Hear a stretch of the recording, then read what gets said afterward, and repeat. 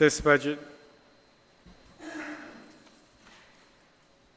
hearing conducted by the Committee on Appropriation and Adjudication will now reconvene with the Department of Administration and the General Services Administration. I want to thank the Department of Administration for being here this morning, and for my Vice Chairman, Senator Uggan, and Senator St-Nicholas for being with me this morning for this public hearing.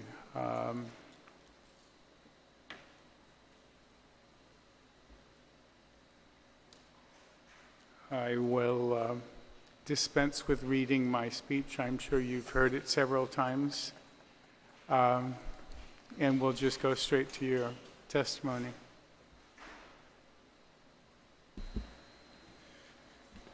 Thank you, Mr. Speaker. Mr. Speaker and Senators, it is my privilege to present the Department of Administration Fiscal Year 2019 budget request. The Department of Administration comprises three main divisions, since the Office's technology has been disaggregated for fiscal year 2019.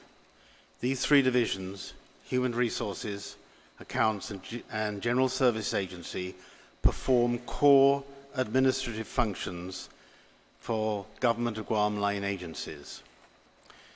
Their remit is to provide a consistent and harmonious service to these key areas for the government. They are able to ensure that all their client agencies respond in the same way to the everyday administrative issues with which they are faced. Because the Department assumes these tasks on behalf of GovGuam agencies, the agencies themselves can concentrate on their prime activity. We measure our success both quantitatively and qualitatively. All three departments are tasked with processing a large volume of transactions, and they have been shown on the decision packages included in the budget submission. Equally important is the speed and accuracy with which these transactions can be processed. Each division has targets, and division heads will address these during their presentations. I am concerned that each action is performed accurately and that the initial error rate is no greater than 2%. It is obviously more efficient to complete a task once than be forced to carry it out multiple times. If an initial error rate exceeds 2% in a multi-step process, as Deming noted, a system can become unstable as many corrective actions disrupt ongoing processes. DOA divisions beat this target with an initial error rate of less than 0.5%. Of course, checks and balances ensure that finally posted transactions are 100% accurate. The Human Resources Division is responsible for maintaining the government's classified personnel system, giving employees assurance that in whichever agency they work, they will earn appropriate compensation and have access to benefits appropriate to their classification. An employee is our most important resource, and it is of the utmost significance that each feels that they have been treated fairly and in accordance with the guidelines which they understand throughout their career. The same principles are also applied to unclassified and limited-term employees during their more limited employment. Guam law mandates the Division of Accounts as a central financial and monitoring control department for over 40 agencies and departments. The division is also responsible for dispersing allotments to 10 autonomous agencies. It accounts for over 180 separate funds, as well as recording all the transactions which flow through the general fund. Reporting and forecasting go hand in hand. Accurate and professional financial reporting is the foundation of successful modeling and forecasting. I have previously noted to senators that it is my goal to improve reporting capabilities with a unified and timely system of financial reports. To achieve this, we need and request the cooperation of all units, particularly those who maintain accounting systems within the General Fund umbrella. This division's focus will be to move towards a consolidated reporting package which will give a clear view of the government's financial position. I am confident that such reporting will respond to many concerns, including those of senators who feel that the annual audited statement is the only time that a good financial perspective can be attained. The division will start this process with the third quarter, June 30th, and will issue instructions for a hard closing. As we repeat this process, year-end activity will become routine. Government procurement regulations are often complex and unwieldy. The General Services Agency division of the department brings experience and expertise to this activity for government departments and agencies. Having invested both time and financial resources in updated systems over the last few years, it is GSA's goal to turn a requisition into a purchase order, assuming the specifications and details have been accurately transferred by the requesting agency within 7 days to a purchase order. In order to achieve this, the division has also undertaken a number of training programs for agencies to improve their input. Standardized purchasing, especially for supplies, saves money, reduces inventory levels, and although Guam is at the end of a long supply line, prepares for modern purchasing practices such as just-in-time. Each of the division heads will, Mr. Speaker, with your consent, offer presentations relevant to their budgets, and we will all be happy to respond to any questions that you and honourable senators may have. I would like to pay tribute to the hard-working staff in the department. I am known as the walking manager, so I can see for myself all the effort that the staff put into their jobs.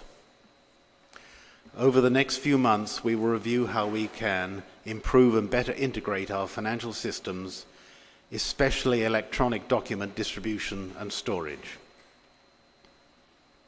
I would also like to recognize Vince Arielua, the Deputy Director, who not only worked hard on this budget, but makes a huge contribution towards ensuring that the department fulfills its mandate for the government and ultimately the taxpayers of Guam.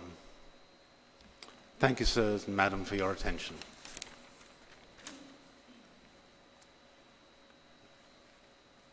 We'll start with the Whoever, sure. with the Human Your Resources show. Department. Decide which order you're going to and continue. Good morning, Senators. My name is Shane Nata. I'm the Human Resources Administrator for DOA, Personnel Services Division. As the Director had stated, he went over a general brief of the department as a whole. DOA in and of itself, as he said, has three major arms for helping departments and agencies achieve their goals and missions.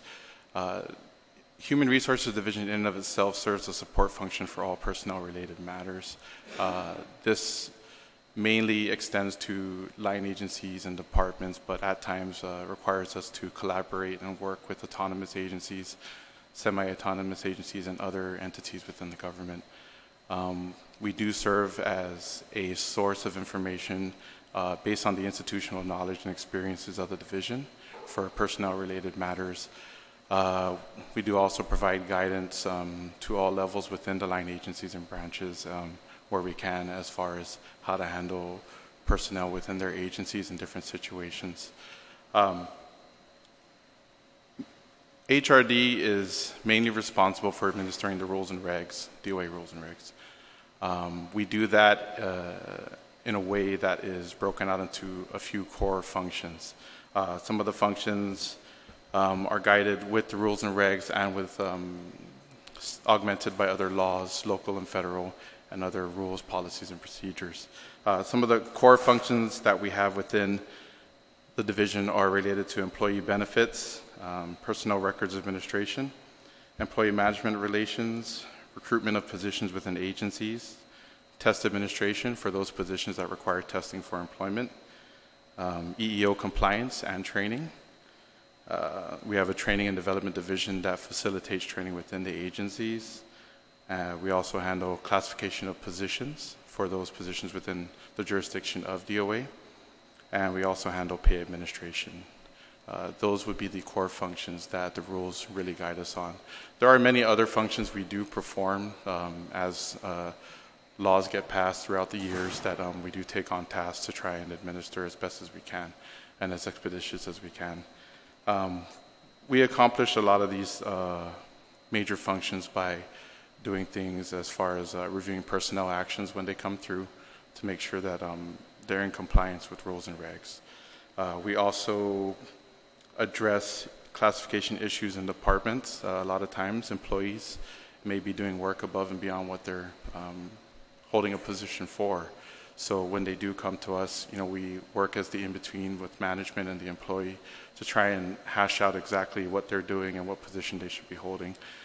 It's a pretty long process in and of itself. It does require a lot of communication along all lines. That's a small part of what the classification part does. We also work with EEO provisions. DOA in and of itself for the executive branch does handle most of the EEO mandates that come through, and we ensure that the programs and recruiting practices, as much as possible that we're aware of, follow those guidelines. We do provide training to a majority of our line agencies, autonomous agencies, and every now and then upon special requests, other branches of government if need be. So we try to, as much as possible, get our information out. We have one EEO person on board right now that kind of takes care of all of that. We also work through, let's see where I'm at, the benefits administration. Predominantly life insurance and health insurance. Once the contracts are signed and everything and the plan design is in place, our office is responsible for making sure that it's administered and executed as such. We work with open enrollment with all employees and retirees to make sure that they elect what they want to elect, and we go forward working with autonomous agencies for when they collect their information and their enrollment. We take it all down and we work with the carriers to make sure that everything's hashed out. It is a lot of work. We usually do open enrollment around September, maybe October, and it does take us some time to go ahead and make sure everything's been taken in and recorded. From then, we handle inquiries throughout the year from anyone that walks in. You could be an employee, a retiree, or a family member who's looking into certain things for their moms, dads, uncles, aunties, nieces, nephews.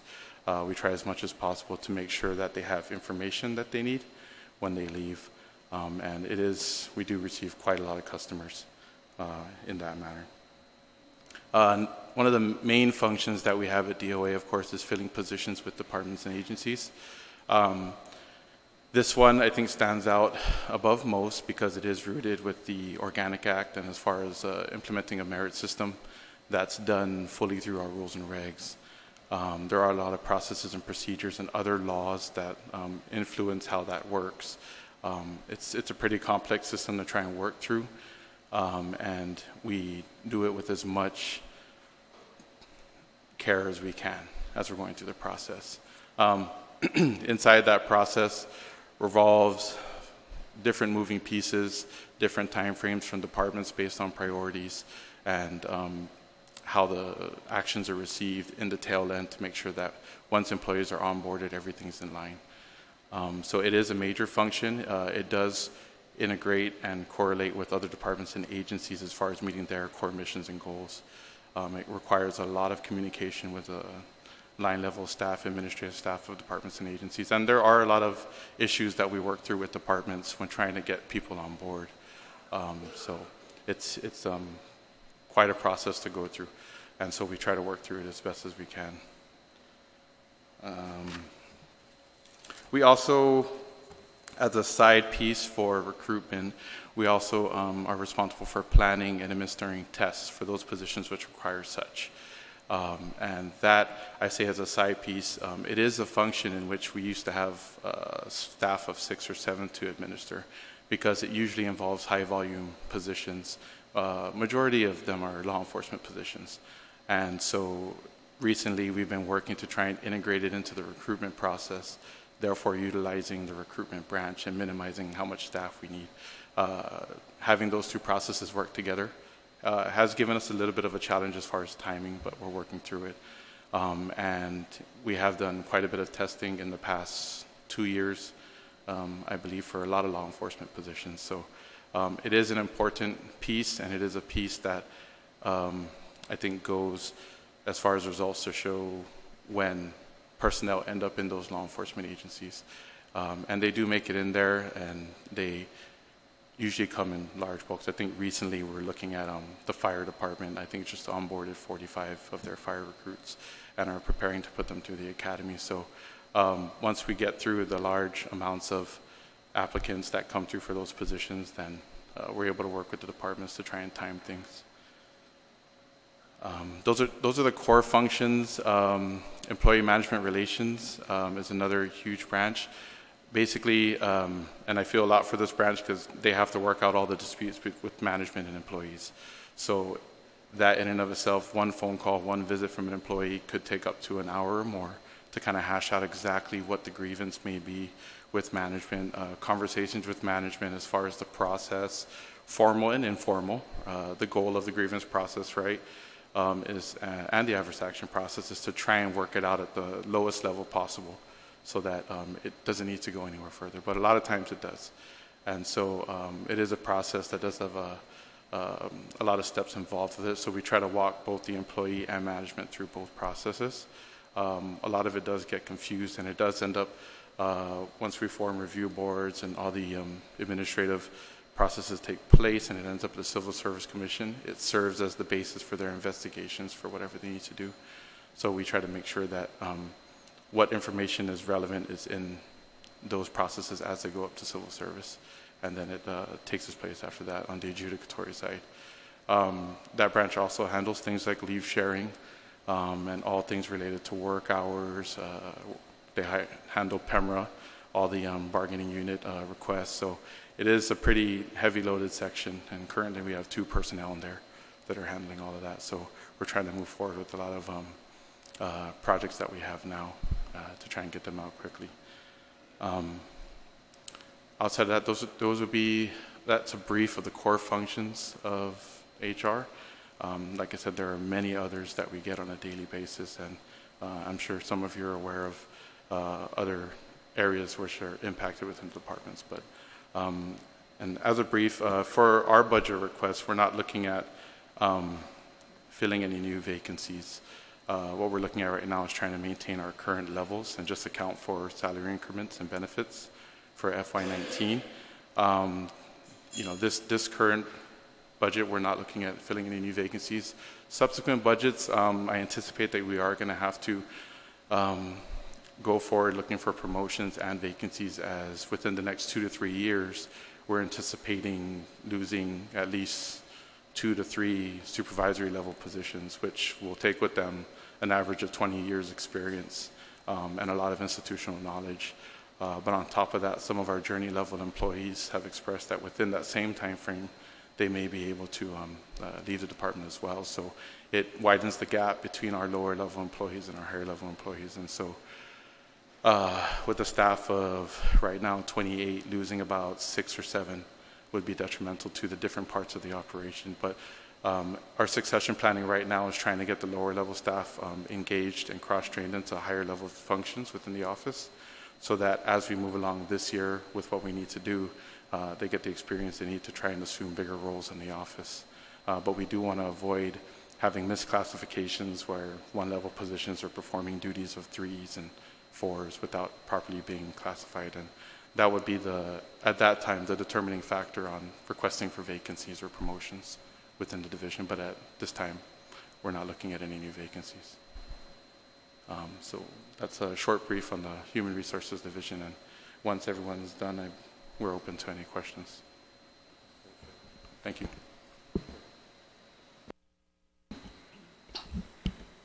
Buenas Jan, half a day, Speaker Cruz and Senators. I'm just going to read my testimony. Okay. So the core mission of the Division of Accounts is to establish, provide, and maintain a central accounting system for the line agencies and commissions within the executive branch of the government of Guam. The Division of Accounts is the final processing entity for services provided by the various agencies. We adopted the performance measures with the outcomes focusing on assisting line agencies and the general public. Okay, the Division of Accounts is comprised of the following branches: management and support staff, system-wide controls and reporting section, appropriation branch, general ledger branch, accounts payable, bank recon, official receipts, reissuance of checks, revenue, bonds accounting, quality control, contracts registration branch, federal grants management and audit compliance and fixed assets branch, payroll accounting branch, and finally, Treasurer Guam.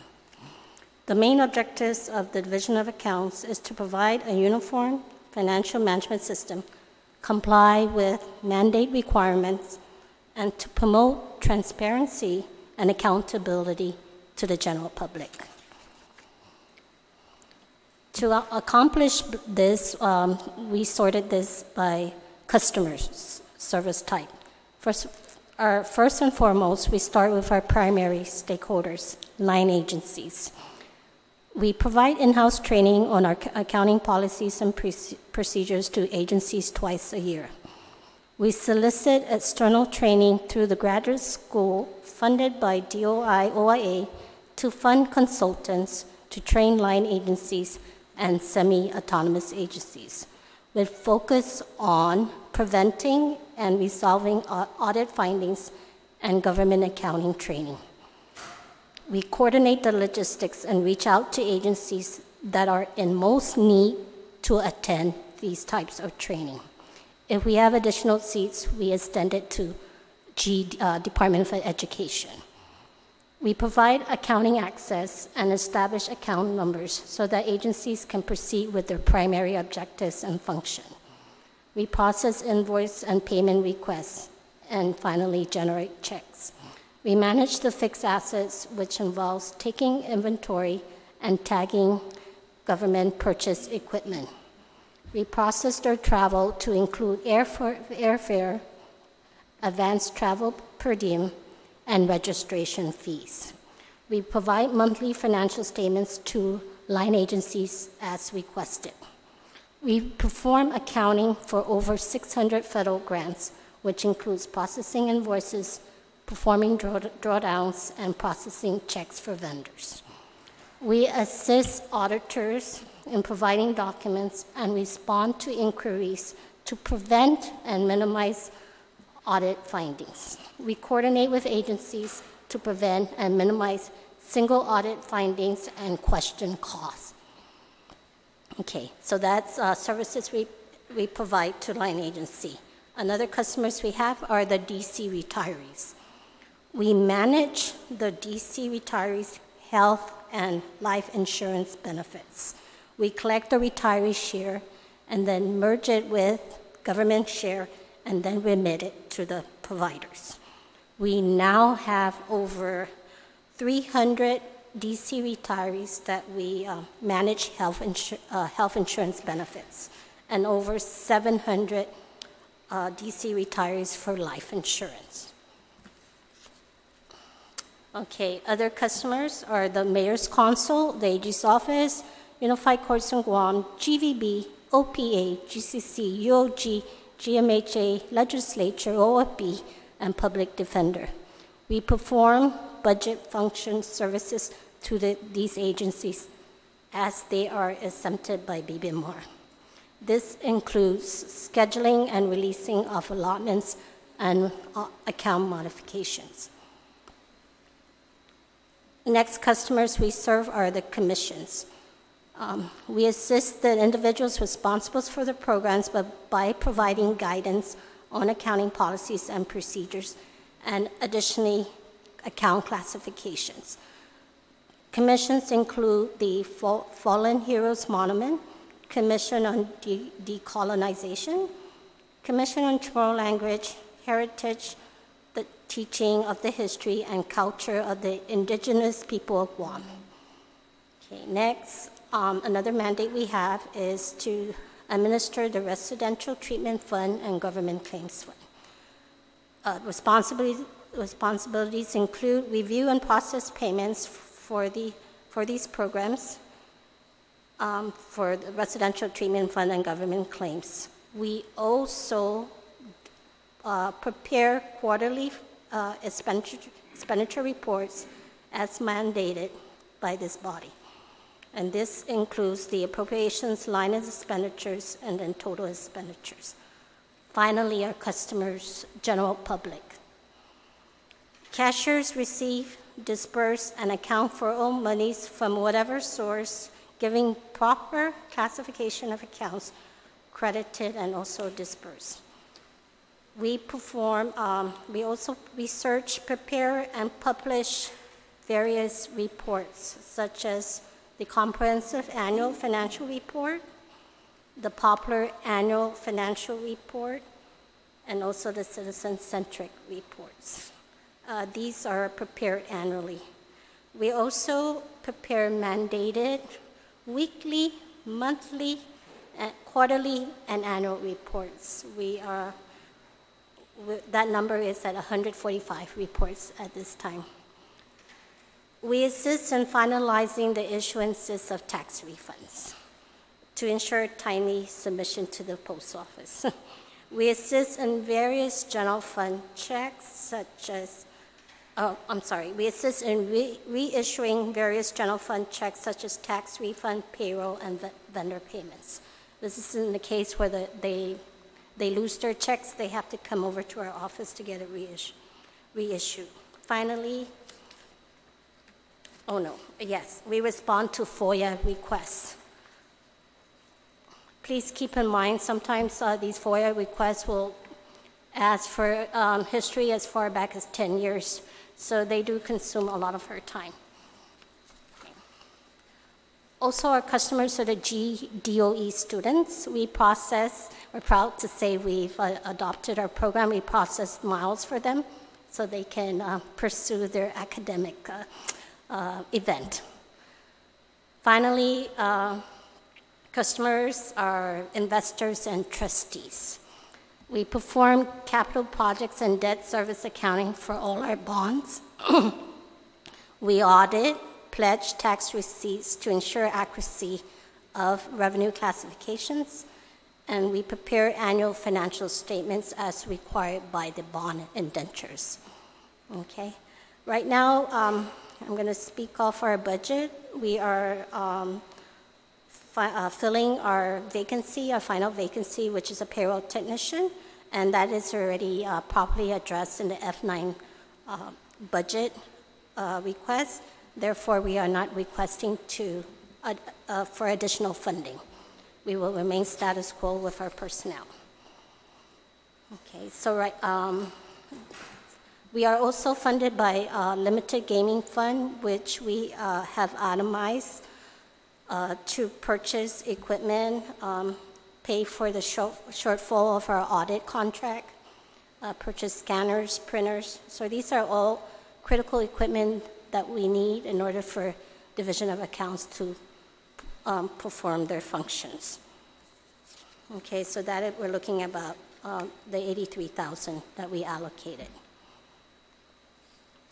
Okay. The staff and management of the Division of Accounts plays a significant role in the operations of the Government of Guam, networking and communicating daily with key financial personnel to ensure cohesiveness and obtaining the desired results for all parties. We will continue to do the best we can with what we have. We have determined to strive to achieve more to provide the services for the people who we serve. Once again, we thank you for the opportunity to provide testimony in support of our FY19 budget. Sijulas Masi, Catherine Kakiki.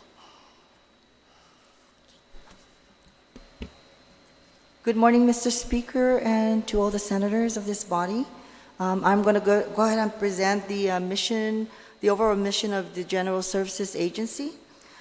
The mission of the General Services Agency is to support the government of Guam departments and agencies effectively and efficiently through the procurement process by continuously developing sound procurement policies and practices, providing increased public confidence, exercising fair and equitable treatment, providing for increased economy in procurement by maximizing the purchasing value of public funds, fostering effective broad-based competition, and providing safeguards for the maintenance of a procurement system of total quality and integrity.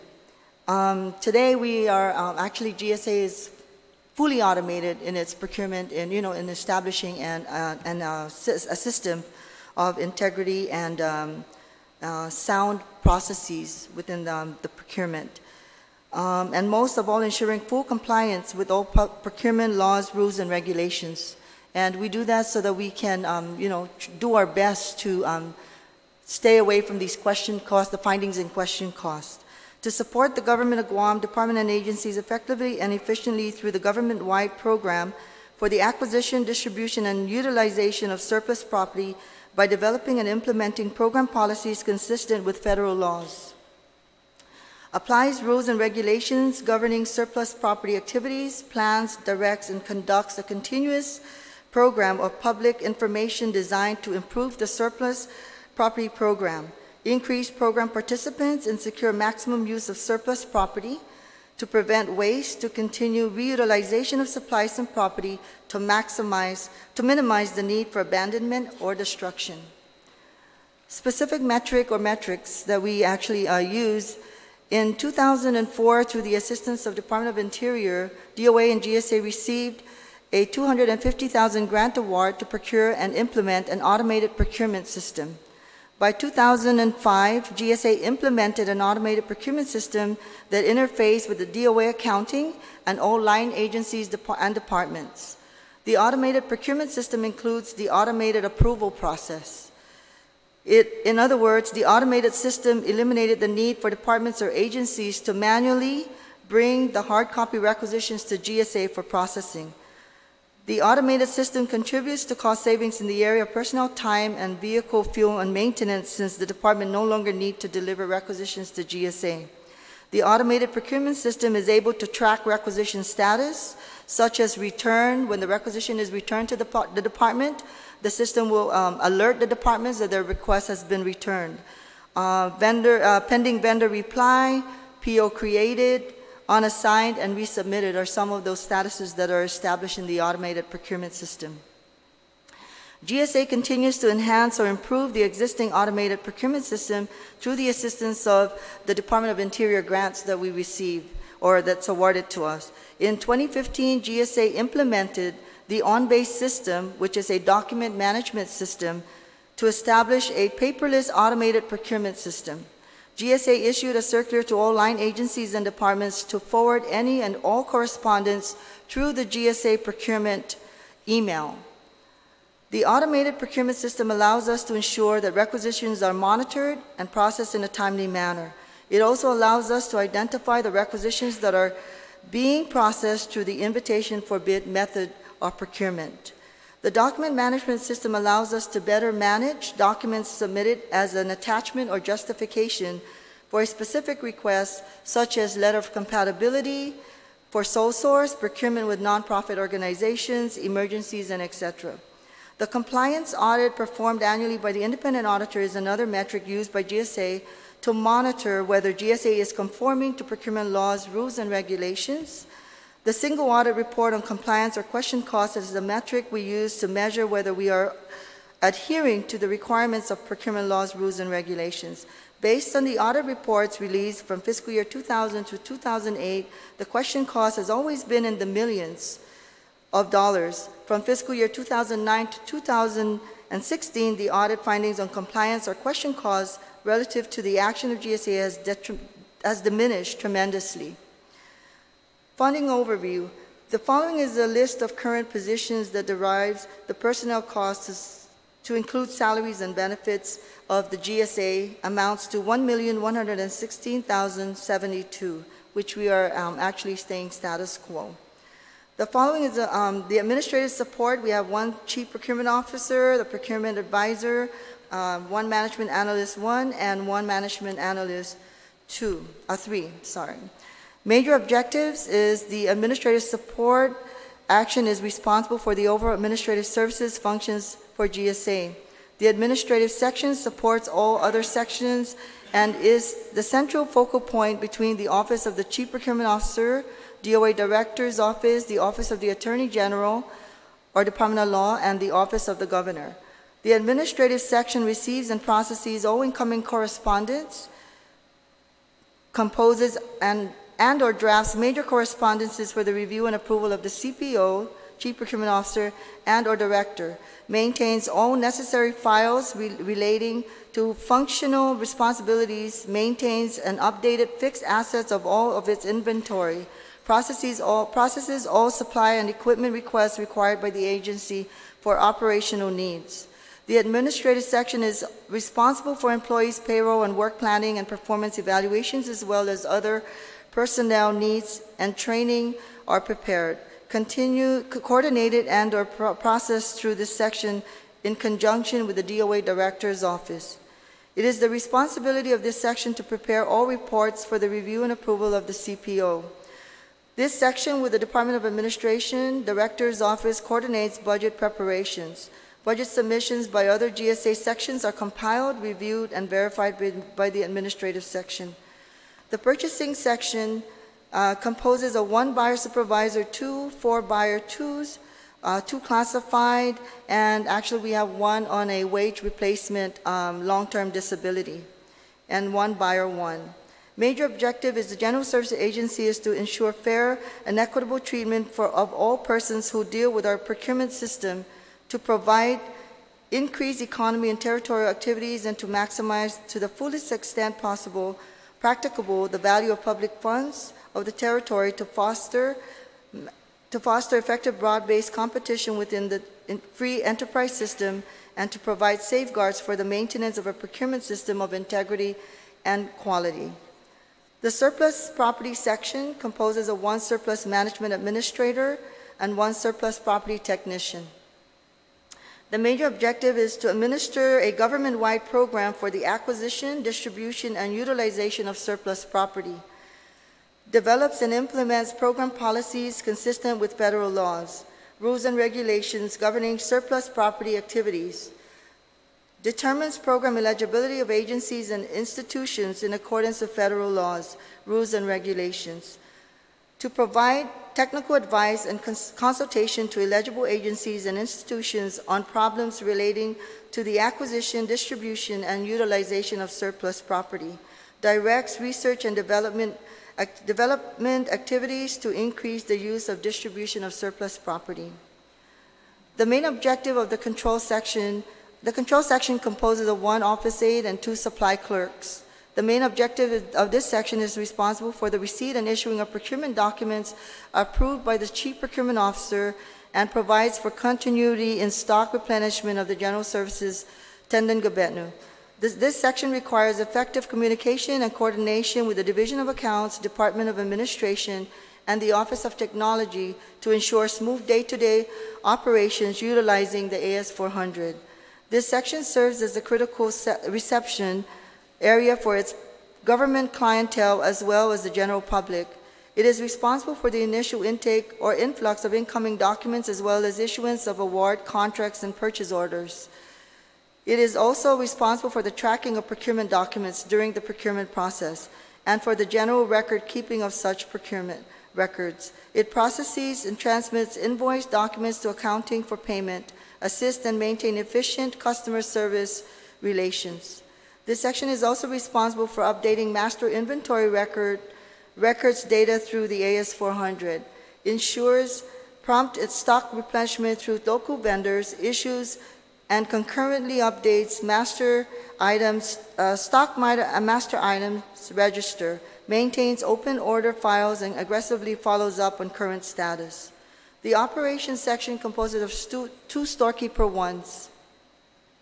Their major objective is, this section is responsible for the receipt and issuing of Tendon Gabetno Central Stock Request, which is better known as the CSR, and the warehousing of stock items. Working hand in hand with the general section, with the control section, this branch is responsible for the actual receipt, storage, and stocking of shelves for common office, hardware, and janitorial supplies utilized by the departments and agencies of the government of Guam. The operations section is responsible for the maintenance and providing of a safe and adequate storage space. Personnel of this section inspects, receives, and stock items in the proper location as indicated on the master stock inventory system. Process receiving reports as soon as items are delivered, determines obsolete and slow-moving items. The Tendon Gabetno is interfaced with our existing procurement automated system. Note, GSA is also currently working to finalize specifications to procure a so-called surf mart, if we call it, type process within wherein the departments will be issued a Tendon Gabetno purchasing cards to alleviate central stock requests. Again, trying to move away from paper and go paperless with just some cards. GSA will implement the enhancement as soon as funds become available. Okay, thank you for allowing me to express the position of GSA. Thank you.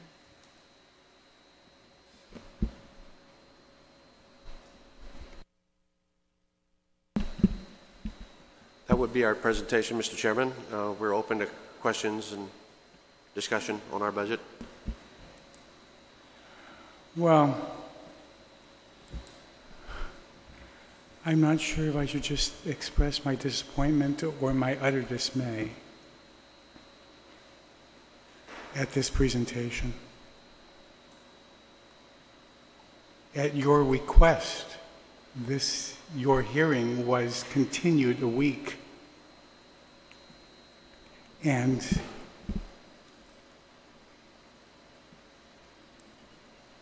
rather than coming in with a prepared presentation befitting, at least in my estimation, the most important department behind revenue and taxation in the government of Guam, this is what we're presented, right? Mr. Speaker, when we received your letter on the budget request, this is how we expected to present our budget to you. No. You mentioned it was going to be a zero-based budget, so when we've met quite a bit to prepare for this, you know, and our thought process was we start from a zero budget balance and defend our existence. Why does every individual, why does every division? And you have given an explanation, but you've also had to have been watching all the prior hearings of the questions that we've been posing to everybody about what other things that they have to do. And really, I expected more because I personally, really seriously, I consider you guys the most important department. This morning when I was thinking about it, and I was thinking about the body politic, the body governance, revenue and taxation is the collection of the revenue and the blood system, but division of accounts is the one that processes everything and makes it move through the body. The human resource department is the kidney. And surely you've heard every department come through here, and when we've asked them, why haven't you filled your 42 positions at Department of Revenue and Taxation? Because we haven't been able to get it through Department of Administration. Why haven't you picked up all your GPD officers? Well, we couldn't get it through Department of Administration HR. We did 1 year. We went through the whole process. Then it became a year, and it expired, and we had to do it again. The same thing with Department of the Guam Police Department.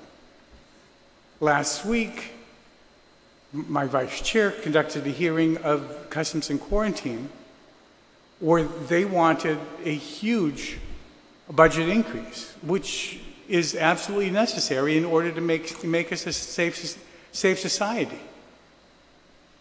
They've come in and spoken to me about asking for their own HR division because they cannot and refuse to have to suffer the weight at HR. Mr. Speaker, Mr. Chairman, we are well prepared to go through the processes. And yes, we have watched those, the previous budget hearings. We've heard about the delays in hiring. We've heard about the delays in going from requisitions to purchase orders. We've heard about the delays with the vendor payments. We are prepared to discuss that. No, I understand, but address it. It's nice that you read a presentation about what your mission is, but as you put it, you've heard the criticism. Defend yourself and say these criticisms are founded or unfounded because we do this and we do this and we do this and we could have and we should have done this and this was because right now, really seriously, all the blame lays at Department of Administration in the ITC building because it's not been deflected anywhere. They've all gone and pointed back at everybody here. Trying to explain how these things happen, and 10% of our budget is, of the entire budget, not just yours, but 10% of the GovGuam budget is the health insurance contract. The audit was just released Monday of this week. There was about 2 sentences mentioned by Ms. Kiki about within her division she handles the health insurance thing. No mention about in order to comply with the OPA's last recommendation, one of 2 recommendations,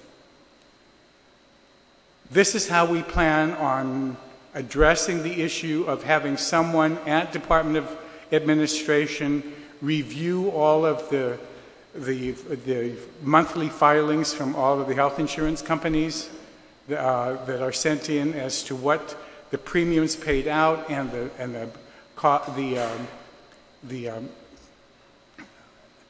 charges that they have to pay.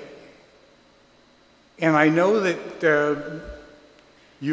Department of Administration not really ignored, but just poo-pooed the OPA's finding that there was a $6.7 million rebate,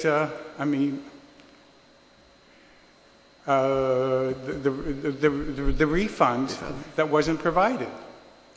And she had the calculation in there, and you guys responded that there wasn't, and all she said was, all right, she's not going to quibble about and fight about the amount, though she went through the calculations, and she said she looked at the documents from the prior year's bid that showed that there was a $93 million payment in premiums.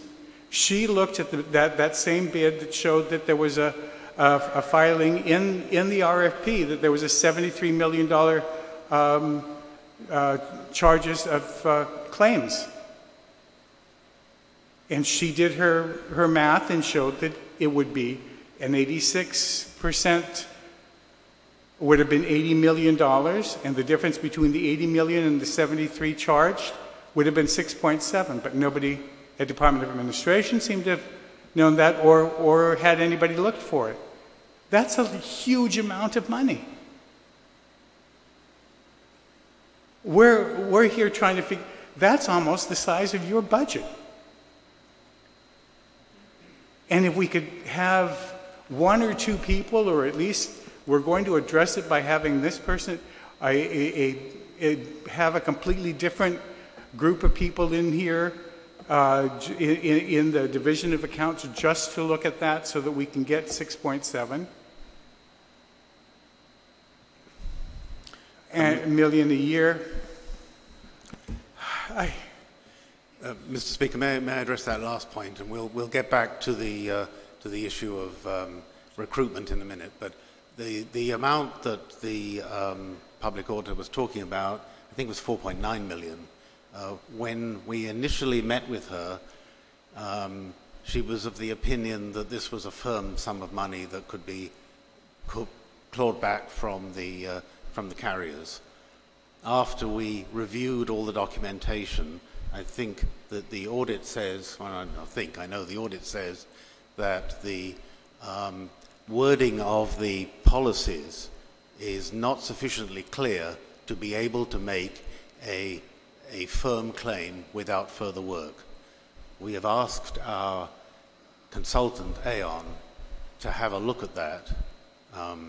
Obviously I didn't know anything about this until the audit actually was discussed about 4 weeks ago.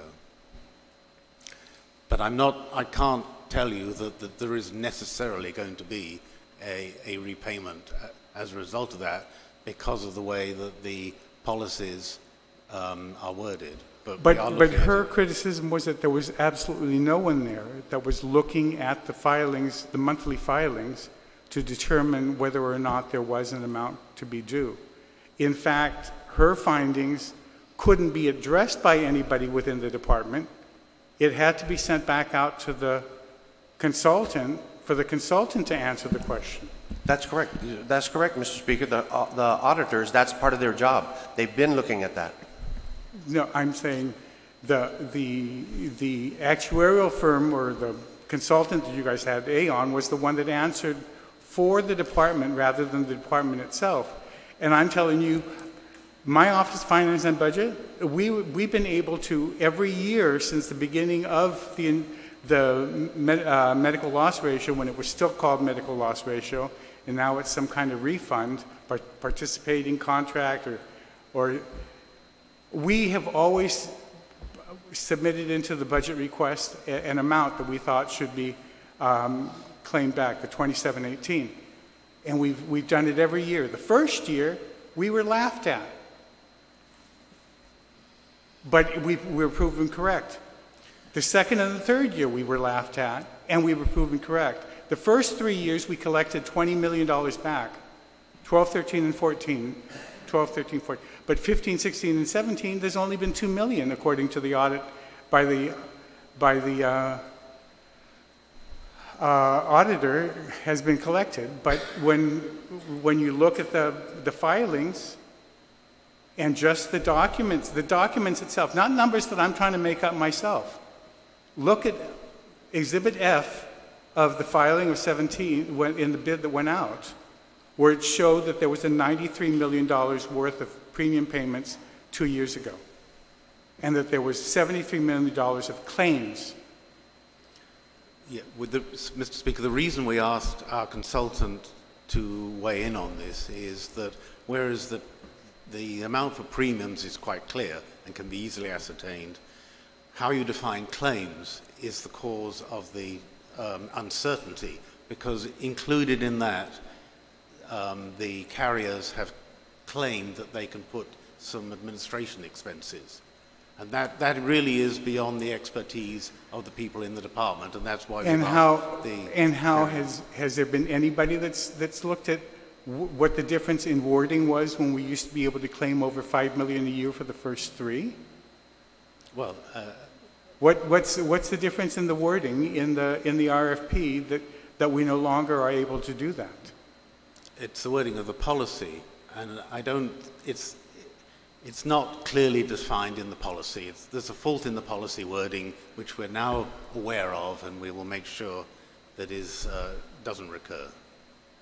But there's not going to be any attempt by the department to augment their efforts so that they have someone in-house that can independently be checking these things on a daily basis or on a monthly basis when it comes in, because her criticism was that there was nobody there to be able to address this issue.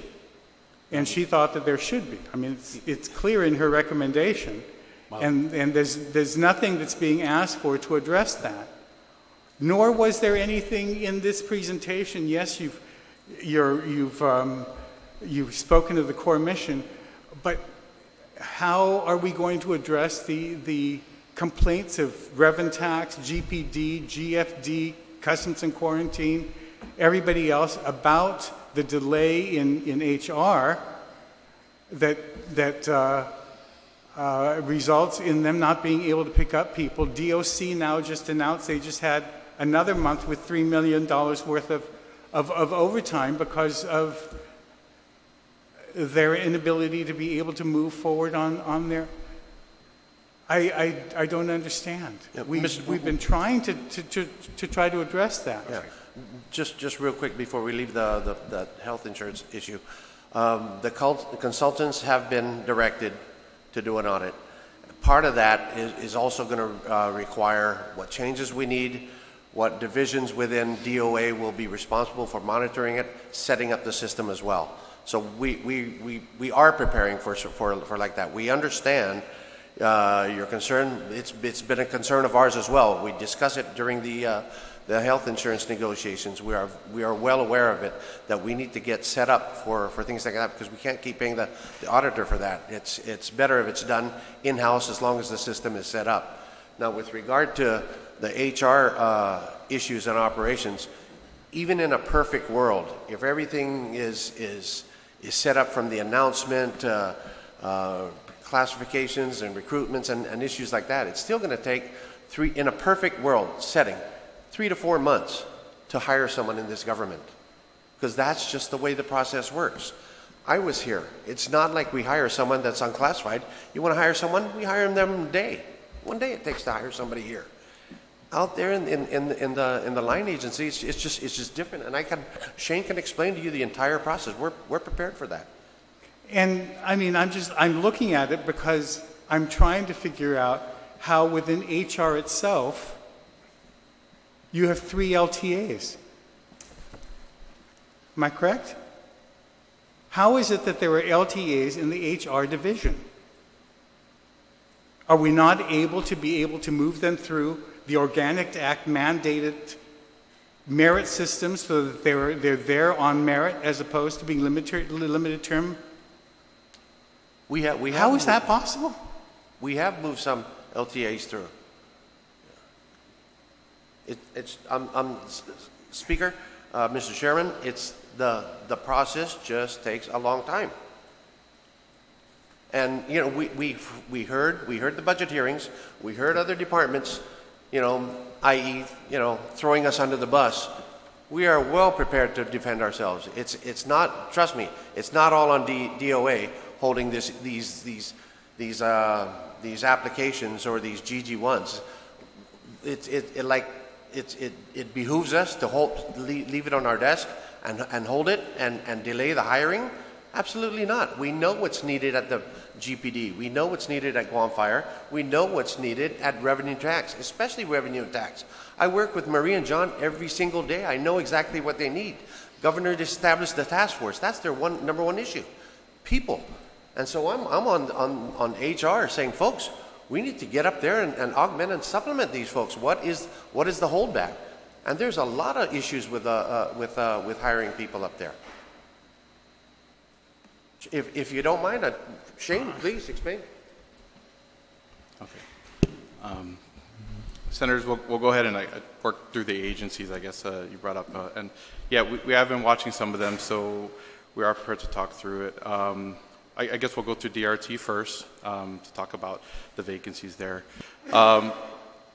We took a look at the Budget Act, of course, and saw that there were line item appropriations for particular positions, right, for collection, and I think vehicle registration, there were some. So the process actually gets initiated from the department to budget.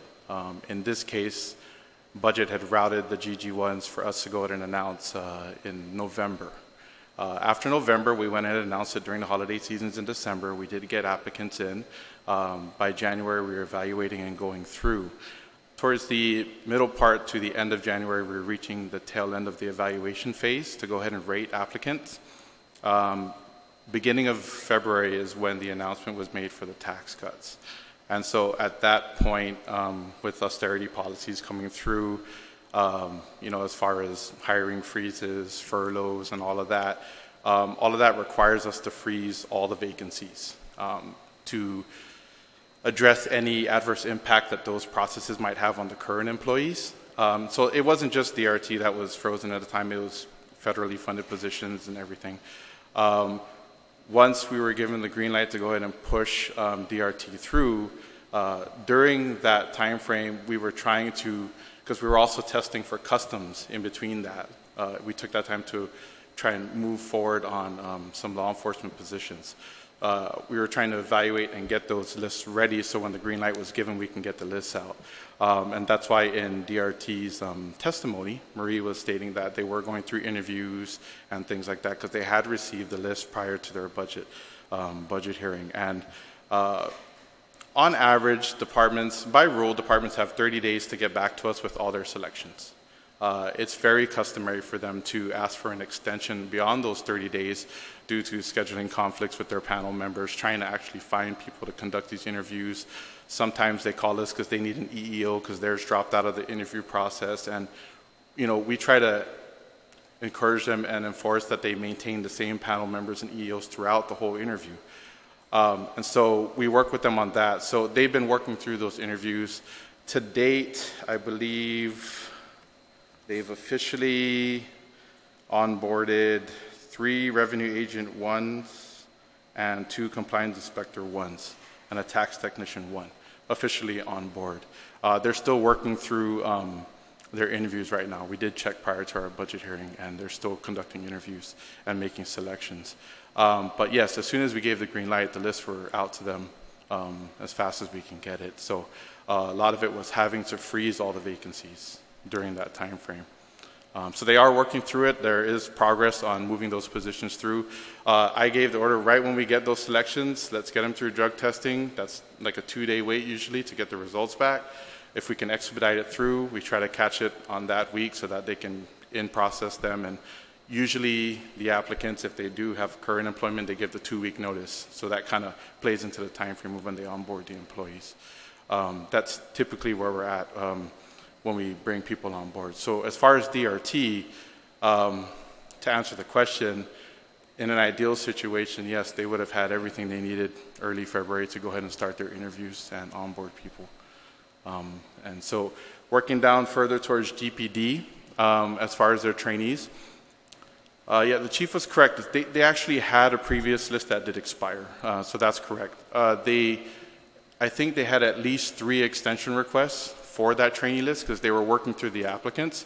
And I believe they had some issues with their background checks and whatnot, and they had to kind of go through that process to hammer those out. So we actually kept extending so that they can do what they needed to do.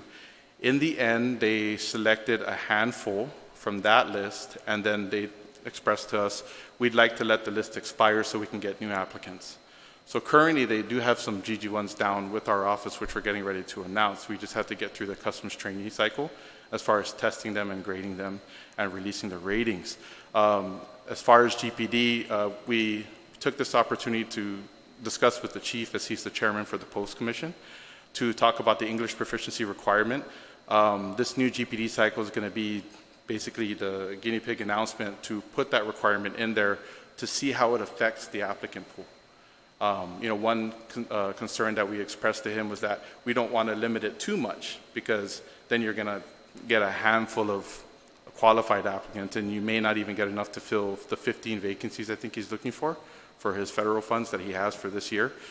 And we fully discussed that, yes, our goal is to definitely get his trainees on right away. So I believe we sent the ratings out for the customs trainee, so we're just in the 10-day appeal period if anyone has any issues with their ratings.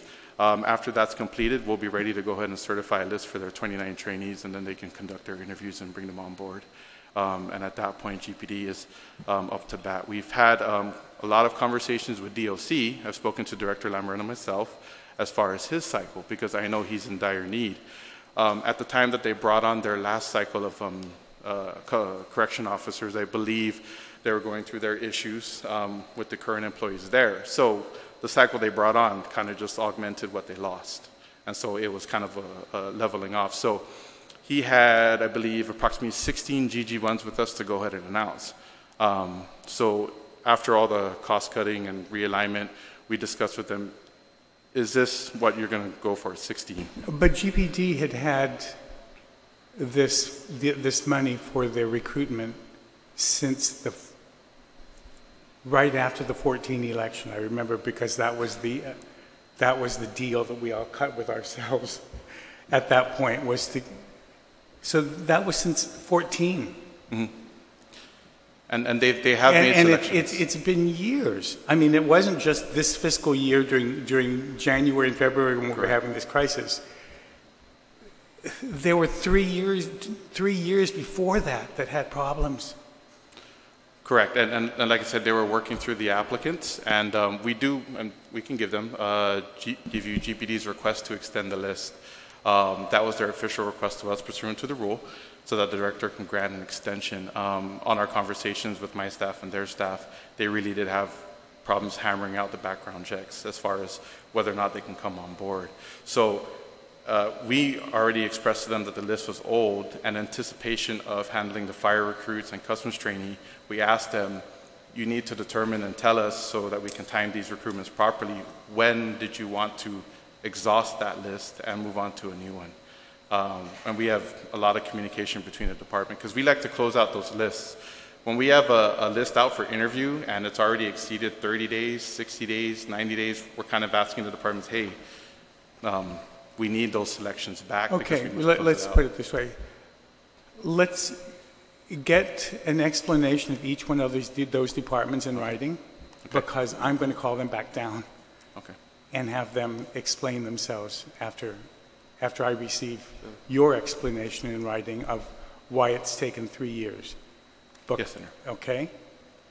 And I think if I may, Mr. Chairman, another issue, say with GFD, there are 1,200 applicants.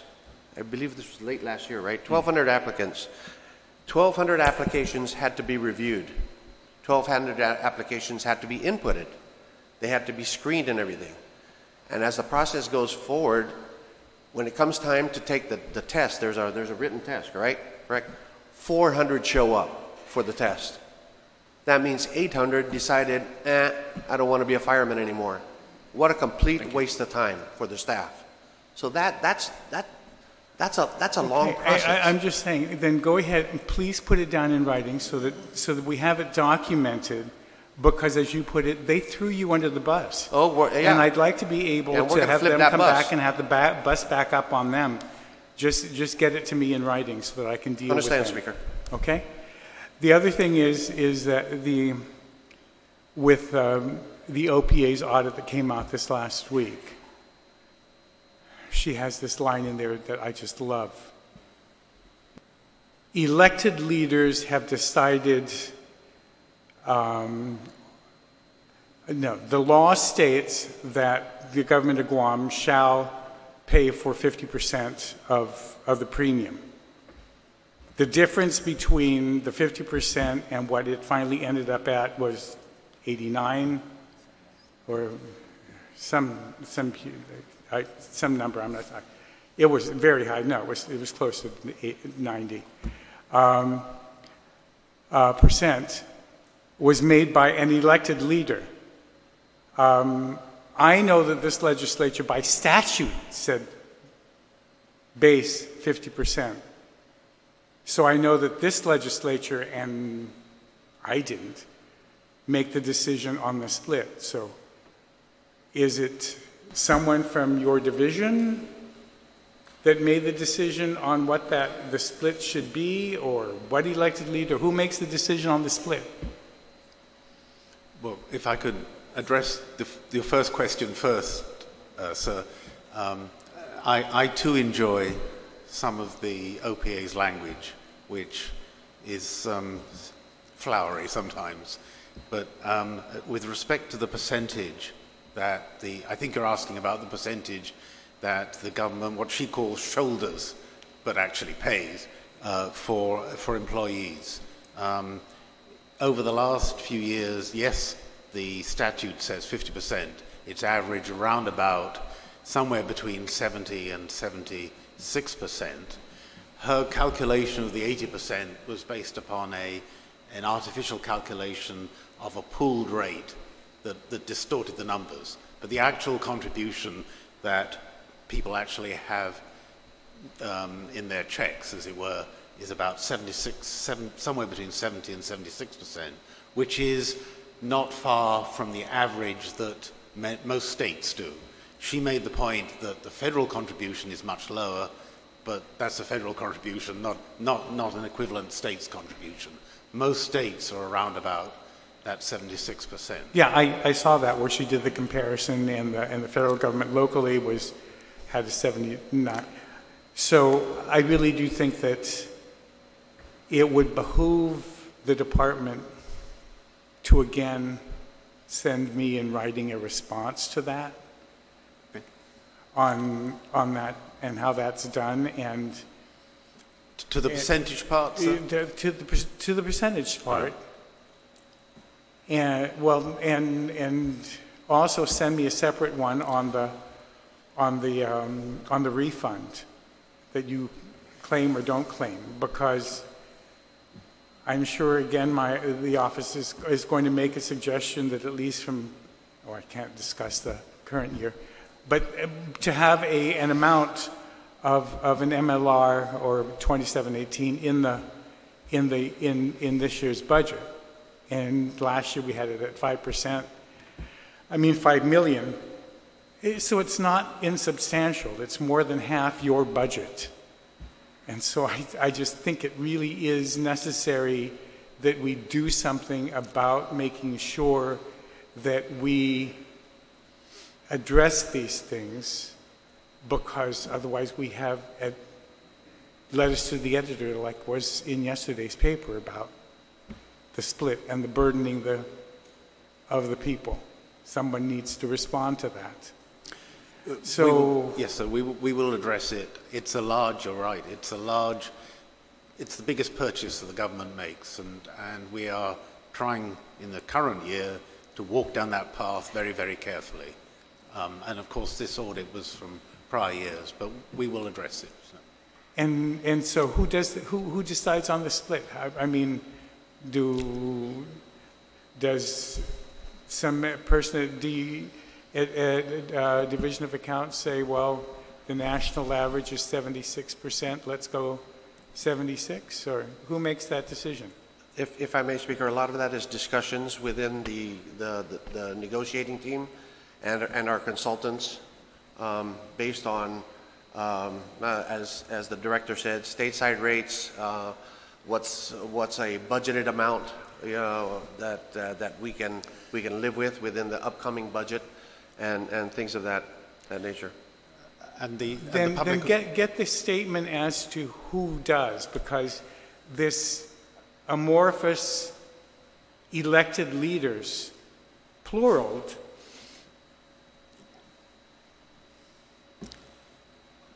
implicates 15 of us. Okay.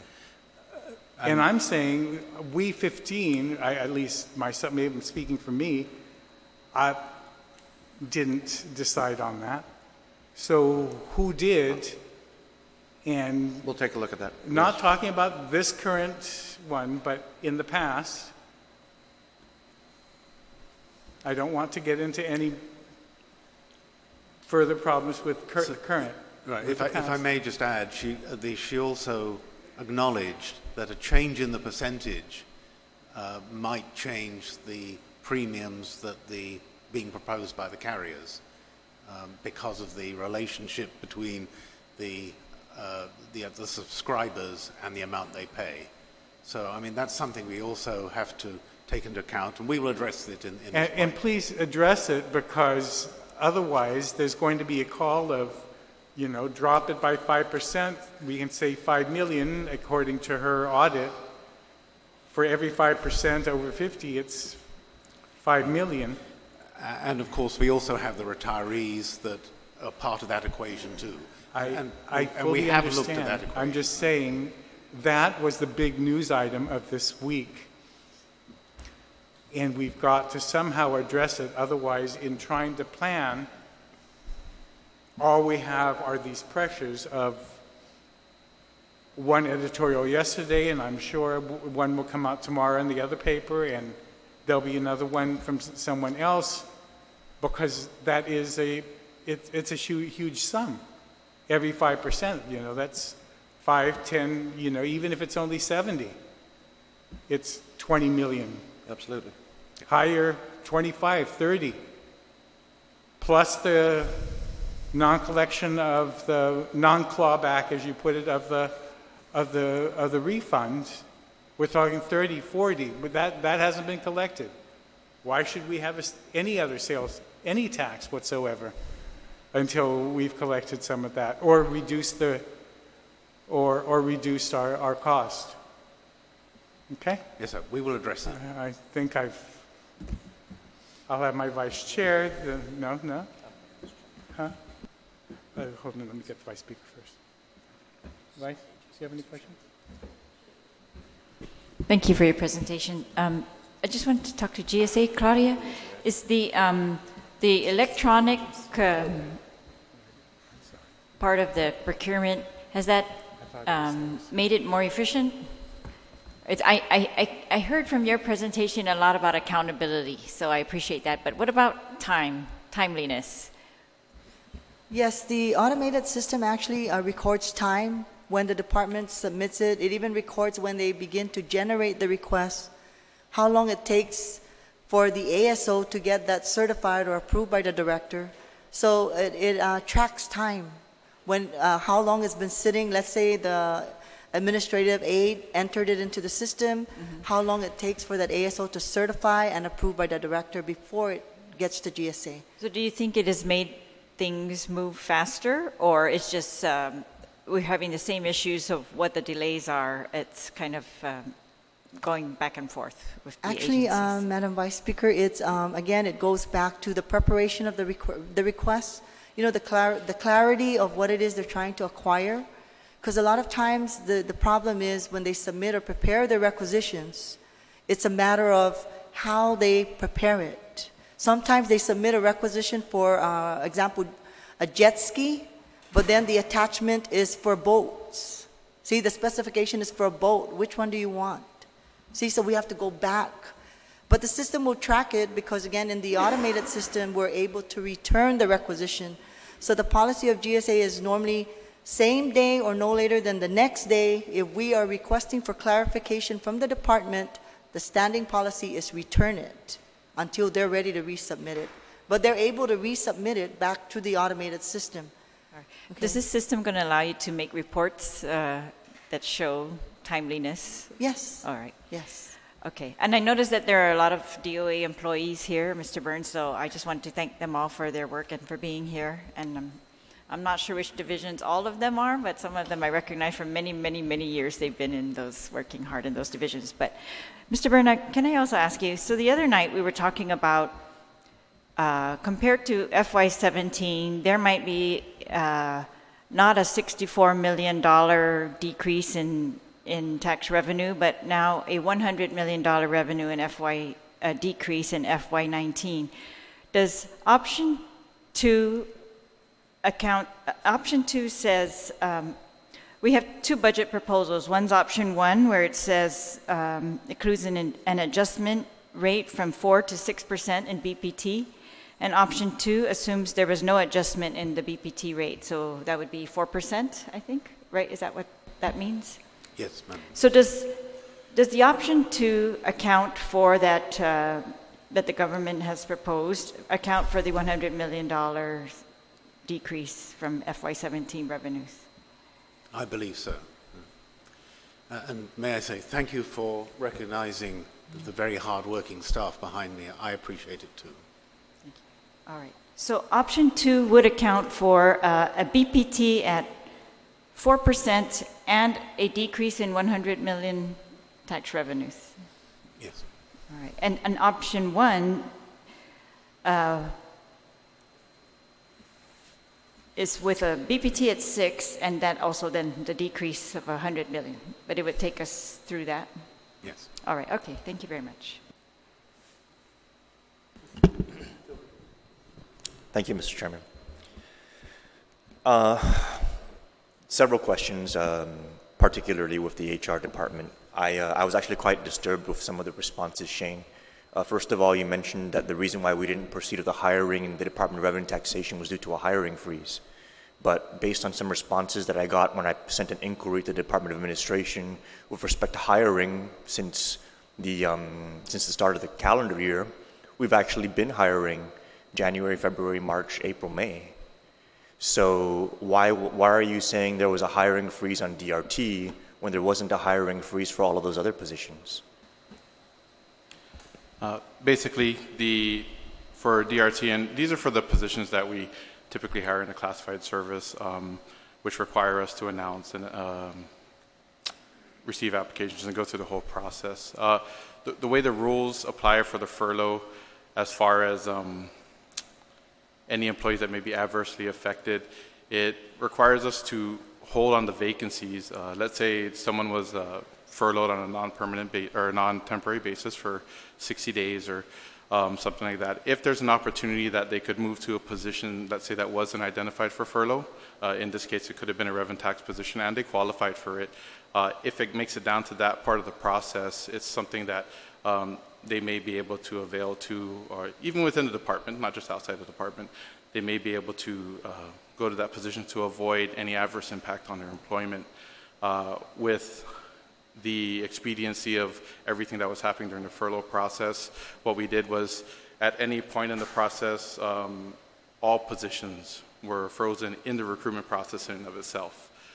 So you wouldn't be seeing probational appointments during that, probational meaning that they competed and got interviewed and selected during that time frame, because we had to at least have the opportunity for them to avail to that. For any appointments that were made on a limited term or temporary basis, if, depending on if they're federally funded or the priority, that's kind of, if I recall correctly, the information that we gave to you, Senator, that's where those appointments were kind of made.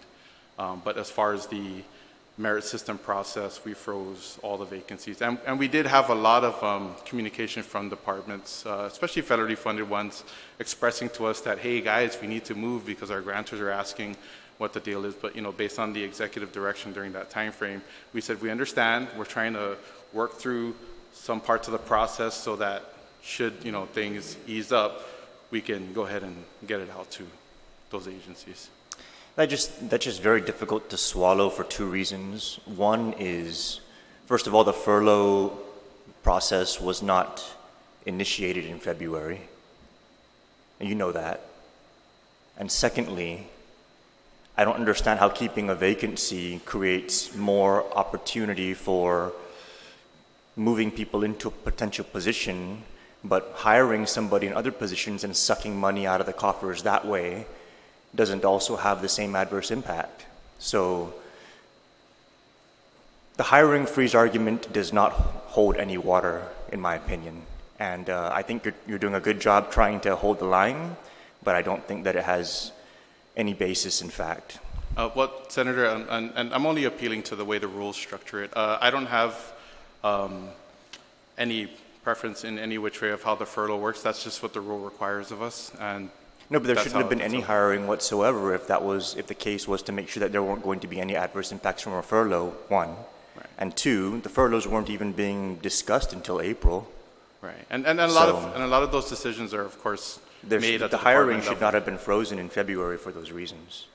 Right. And of course, just to say, because we get a lot of direction working with our director and deputy on the different priorities in all the different departments, and all their vast majority of missions and goals, we try to meet with them. We took a lot of heat from departments during that time frame who were under different pressures, and any appointments that went through wouldn't have been through the merit process. And generally speaking, when we do get an executive direction to freeze hiring in and of itself is a broad term that can be used on a limited term basis, a permanent basis, an unclassified basis, any basis. And so in the beginning, I believe our director Byrne just came on board, so of course he was stuck right in the middle of all of that, and at that point it was hold and wait for more direction. So to that respect, Senator, yes, you may be correct as far as decision making for it, but again, our division executes what comes through. And at that point, for merit system-driven hirings, those were frozen per the rule. So we didn't really have a choice in the matter. The second issue that you brought up that really had me taken aback was how the filling of GPD vacancies, you said that they put forward their list and they kept asking for extensions, and they hired from that list, and then after they were done hiring who they wanted from that list, they told you to just let the rest of that list expire. Were the remaining people on that list not hired because they were unqualified, or were they excluded because the list was then allowed to just expire? Because in the merit system, if they're qualified, they should be hired. And I'm concerned now, based on what you stated, that we're gaming the expiration of lists to exclude people without them being actually deemed unqualified. Yeah, and it's a good concern, and we've, in our communications with GPD, because we understand their critical nature for their positions, especially their trainees, we have those conversations. The extensions in and of themselves were to allow them to go ahead and conduct those interviews. And there's a myriad of reasons why they may not select someone on the list. With this list in particular, when we started communicating with them saying, hey, we need to know, are we going to go ahead and move forward with a new announcement or whatnot, I believe, and I can verify with my staff, I believe at that point GPD finished the list. They exhausted it. And so that's why when I made my statement, they went ahead and exhausted the list, and at that point they said, hey, we ran out of applicants, let's do a new cycle. Based on the funding, I believe, that they had since 2014 with their laws, every budget act moving forward. And so what brought a more urgent conversation with GPD this time around is I believe they have federal funding to augment the local funding for their trainees, what I've been told by the department. And so that kind of adds a new dynamic to it. But to your point, they did go ahead and exhaust the list, and they had some issues along the way, but we tried to work with them on it, hence the extensions. The way it's supposed to work is that if they're on the list, they should be told that they're not qualified. If the list is allowed to expire without them having been fully afforded the merit opportunity for employment, I think that that's a cause for concern, because it starts looking to me like, we wait for, see who applies, we pick and choose who we want, and then we expire the list, and then we wait to see who else applies. And then that's how we start gaming merit system jobs. And I'm just very concerned about how that sounds. And to clarify and hopefully address your concern, the only names that go over to the department are qualified individuals. All the ones that aren't qualified, they're notified during the rating period, and then they get a 10-day appeal period to kind of come back and say, hey, we don't agree, can you look at it again, and converse with us on that. And hope. I just think it needs to be put on public record, and I hope that the public is informed that if there are any employees out there who have been informed, particularly in these police cycles, if they've been informed that, oh, they're not able to hire them because the list expired, you're saying that they were fully vetted and they were deemed unqualified. But if they were told that they were not able to be hired due to the expiration of the list while other people on that list were hired, we're opening ourselves up to serious merit system violations if that's happening, Shane. And to address that, it's not happening. The only people that go over to the department were deemed qualified already. The exhausting of the list is actually just them. Let's say we have a large list of 30 applicants who qualified, and let's say they have 10 GG1s. They work their way through the list. They could knock out the first 10 if they've interviewed them and found them fit for the job, and then do their background checks and what they need to.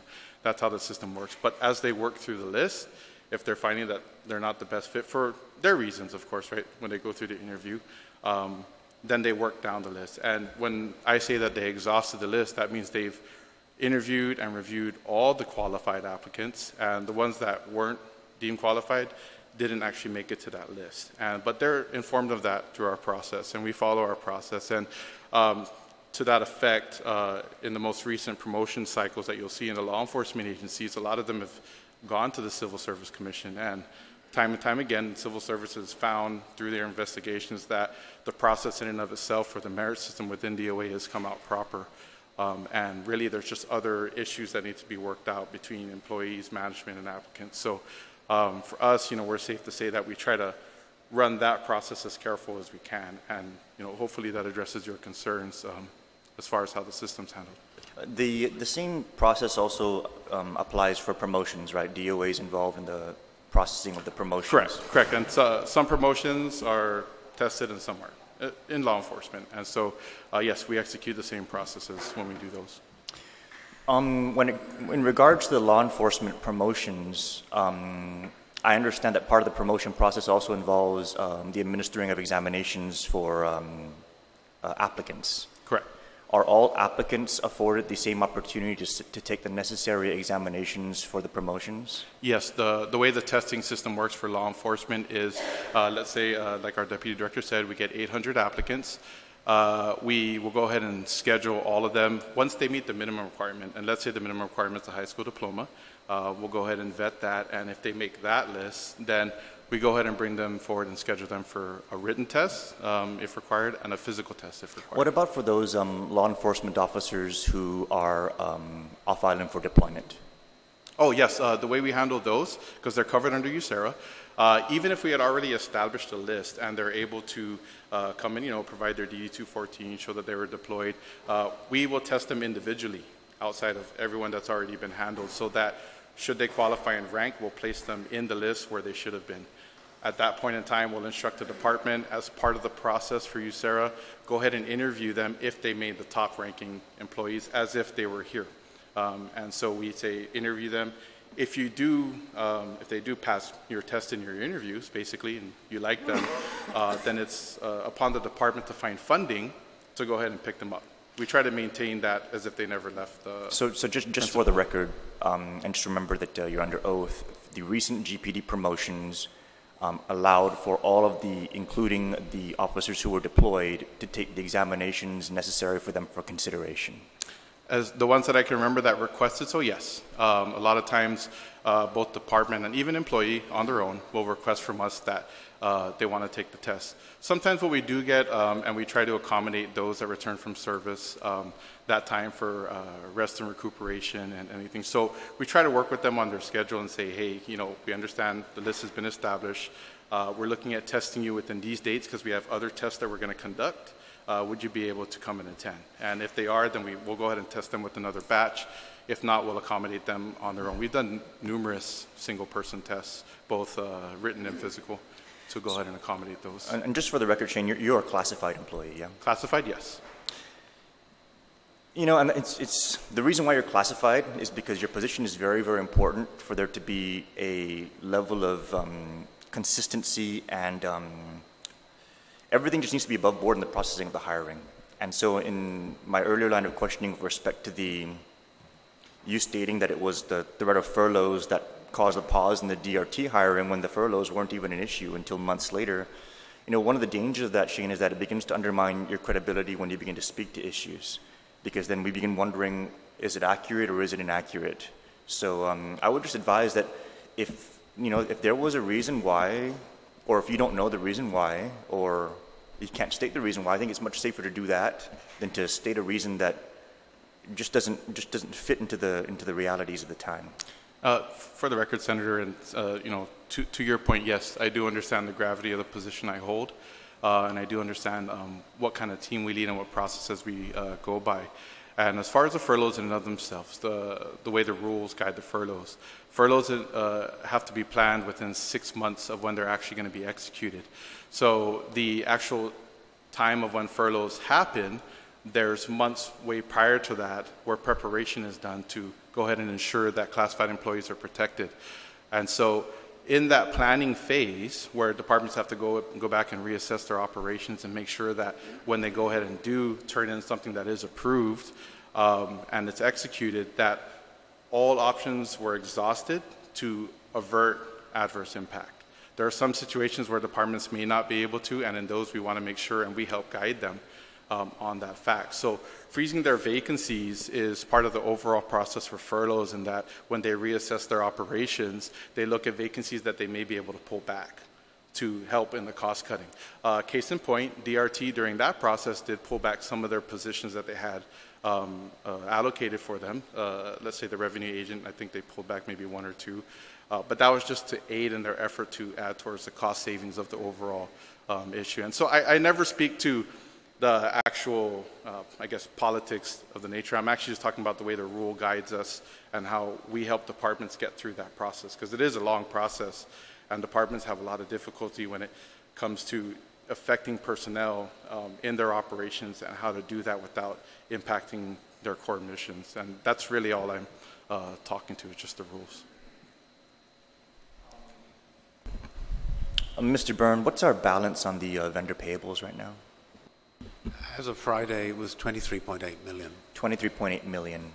Now, on the procurement side, when we go out and we buy something from these vendors, somebody needs to certify that there's an availability of funds for the PO to be issued. Is that correct? Yes, sir.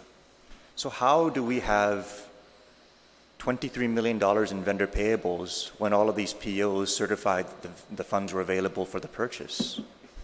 The funds are available from the appropriations. So you're allowing people to certify that funds are available based on an appropriation, but not an actual availability. All financial statements are prepared on the accrual basis. In our financial statements, there's two statements. There's the government-wide statement that has all the accruals and stuff in it, and there's the governmental funds. So what we're doing, and we're preparing our statements according to JFP standards, and what we're doing is exactly what all the other governments throughout the world. But when the certifying officer signs, not certifying as to the appropriation of funds, they're certifying as to the availability of funds. And I think there's a very distinct difference between appropriation and availability. So are the certifying officers allowed to certify based on appropriation or based on availability? Because then basically, I think every PO and every GG1 and everything that gets processed on October 2nd should get approved because it's all appropriated October 1st. So is it certified as to availability or certified as to appropriation? If you're asking, are the funds in the bank at any one time to pay all our I'm asking how would a liabilities? PO or a GG1 be honored based on a certification of availability of funds? I don't think I can answer in that way. I mean, Would it be the honored bank- because the money was appropriated or because the cash is actually there? No, it's because the money is appropriated. If we simply looked at the cash, I mean, the cash changes daily.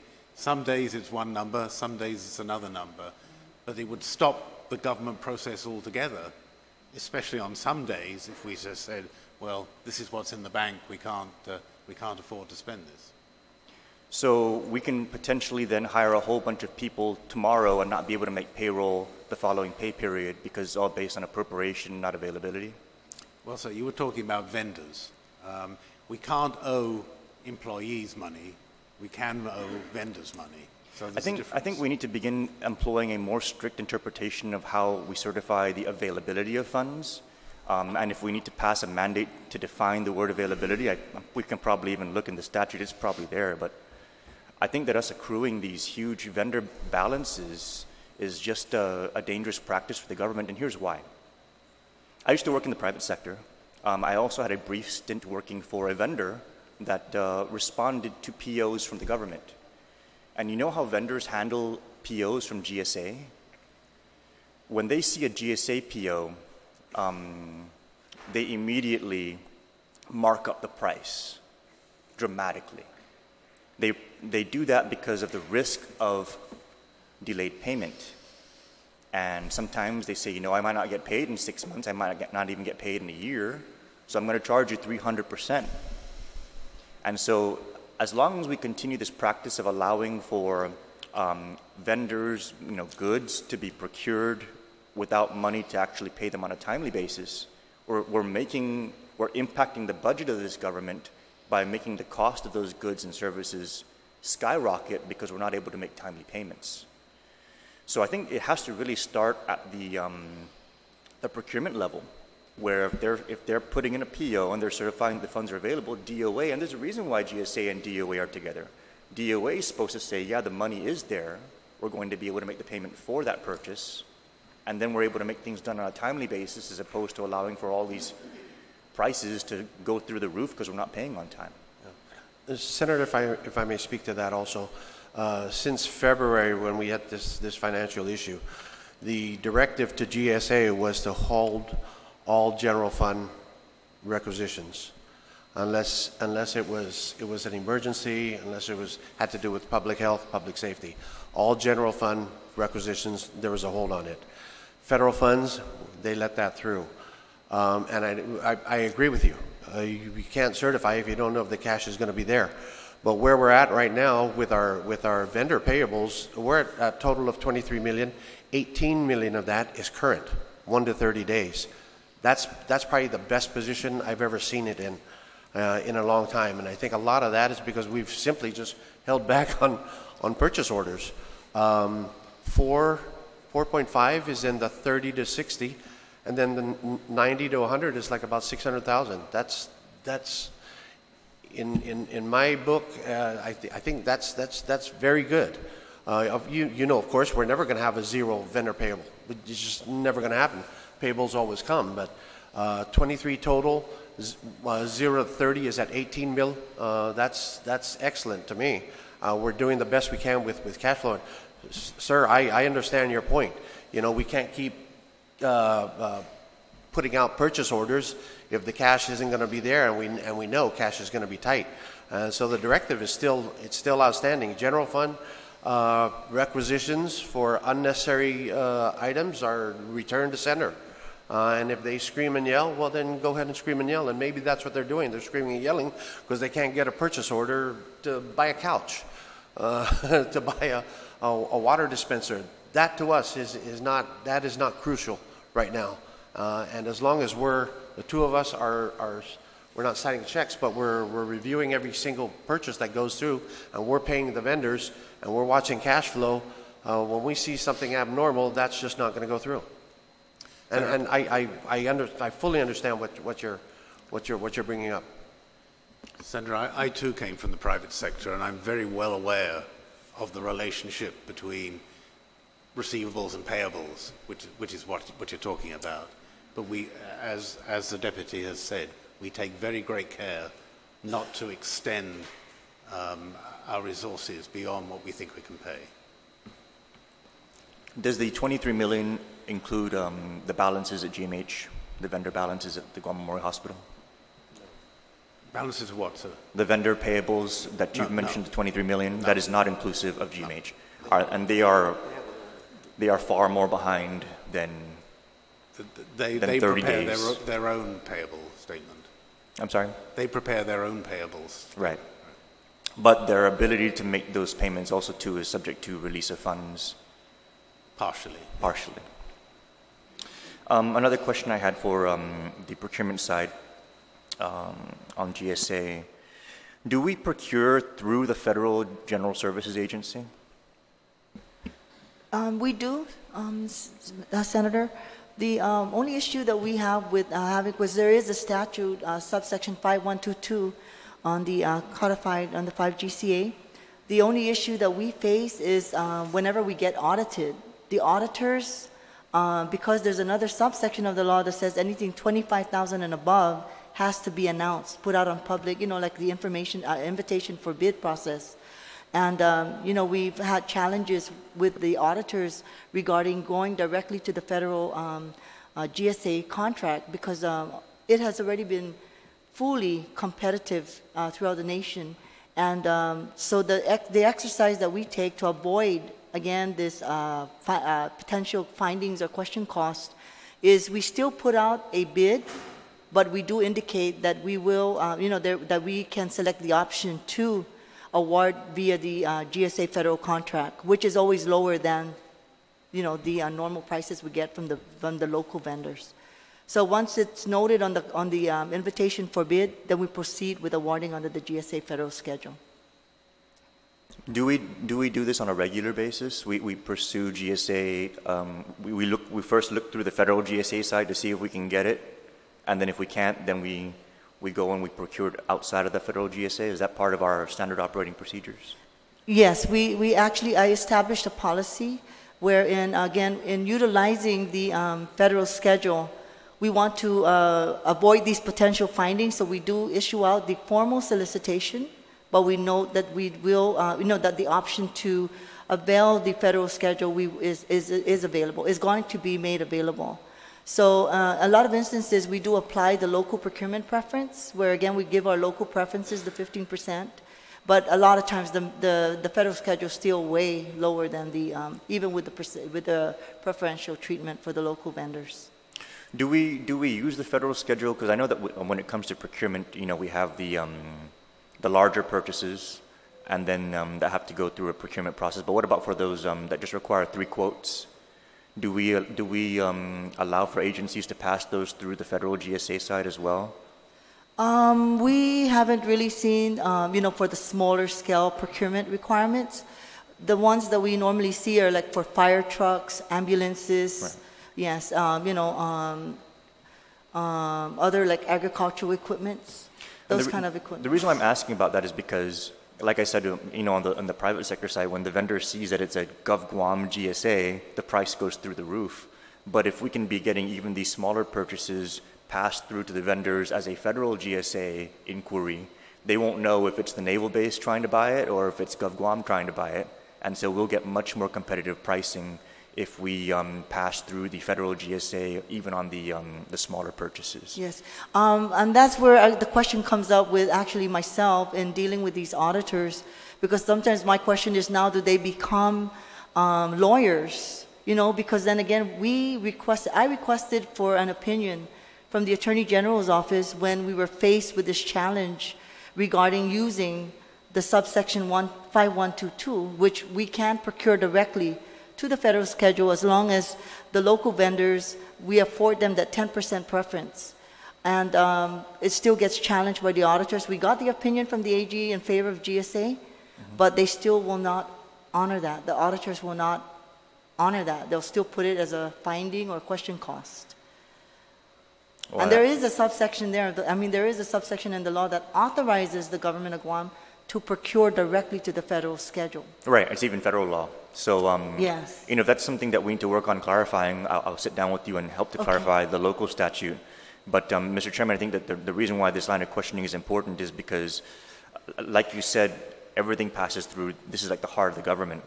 If the heart of the government is having to pump through a vessel that's constricted unnecessarily because we're not able to get through a much wider, much better buying opportunity, we're going to end up across the board in this government paying much higher prices than we're supposed to. But since we're able to avail of using the federal GSA for purchases, I think that it would be advantageous for us to not only pursue that for the large amounts, but also allow agencies to pursue that when they want to buy a bush cutter. Yes. You can definitely get a much better price. I remember I felt bad, but that was the way the company was doing business, that they're marking these prices up for the government so much. But part of it, too, has to do with our payment issues, So thank you, Mr. Chairman, for the opportunity to pose the questions to the agency. I just have 2 questions. The first question that I have, Mr. Burns, is the issue of the diversion of cash that was intended to be deposited into special fund accounts. So in particular, for example, the Chamorro Land Trust, there was, I believe, $300,000 that was cash that was supposed to be deposited into the Chamorro Land Trust Survey and Infrastructure Fund. Now, my understanding was that cash was never deposited into the account, but instead the cash was taken, an IOU was put into the account. But then during the audit of the FY17, that IOU was written off. And in order to write it off was because, I guess, DOA had to say, we're not going to be able to pay it back. And CLTC had to agree that, yeah, you're right, you're not going to be able to pay it back. And so it got written off, as opposed to leaving it on the books so that maybe next year things will get healthy and it can be repaid back. Okay, now, and I ask that question because just a couple of days ago, the governor signed another piece of legislation which created the the Infrastructure and Development Fund for the Ancestral Lands Commission. And they'll be depositing in that maybe $300,000 a year. So, you know, what assurance can I have that that same money is not going to get hijacked the same way that CLTC was diverted? Maybe you can explain that a yes, little bit. And I'll try not to use words that maybe overstate the case. And I'm going to ask Kathy to talk about it a little bit because this happened before I got to DOA. But this is my understanding of the situation, Senator. Special funds revenues, right, accumulate throughout the year in these special funds. The purpose of that is that they be used for specific purposes by the agency that sponsors those special funds. To my knowledge, and I did talk to Kathy about this, and I'll ask her to confirm it, none of that money was expended or requested to have been expended by the Department of Land Management and its satellite agencies. The money, all monies get deposited. So let me just jump in for a minute. So if any of that money was to be expended, it requires appropriation from the legislature. It requires appropriation of the special fund, yes. Correct, yeah. Yes. So it's not that they had to request from BBMR or from DOA. They had to request it from, but well, notwithstanding, I know that the Chamorro Land Trust Administrative Director wanted to build it up so that he can go out and do a certain project, which was going to require a lot of money. So maybe that was the reason for the accumulation. That may well be, and I don't know whether that was communicated to Department of Administration, but maybe I just complete the cycle, right? So this money was sitting there. All monies get deposited into the general fund, correct? Yeah. But the accounting of it is that the revenues is shown in the special fund. Effectively, I guess, during some cash crisis, the money was used by the general fund because the general fund always can use that money. And the amount was shown as a receivable from the general fund. You are correct that general accounting principles, GSB rules, require that if the likelihood is that it's not going to be repaid, it cannot be carried as a receivable indefinitely. It has to be shown as a permanent transfer. And that was done in 17. And that same procedure was done previously. It's just that I guess this particular transaction acquired a particular notoriety just recently. So that is what happened.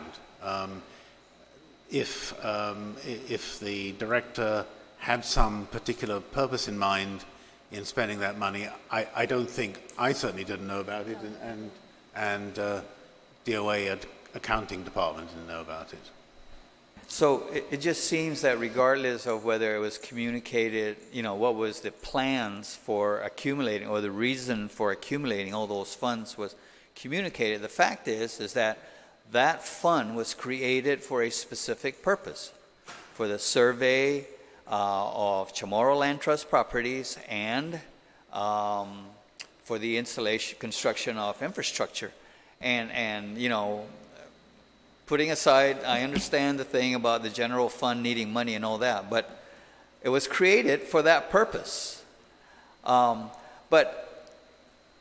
So accepting the fact that the general fund was in a strap, was in a, you know, and needed the cash, it took it. I don't understand.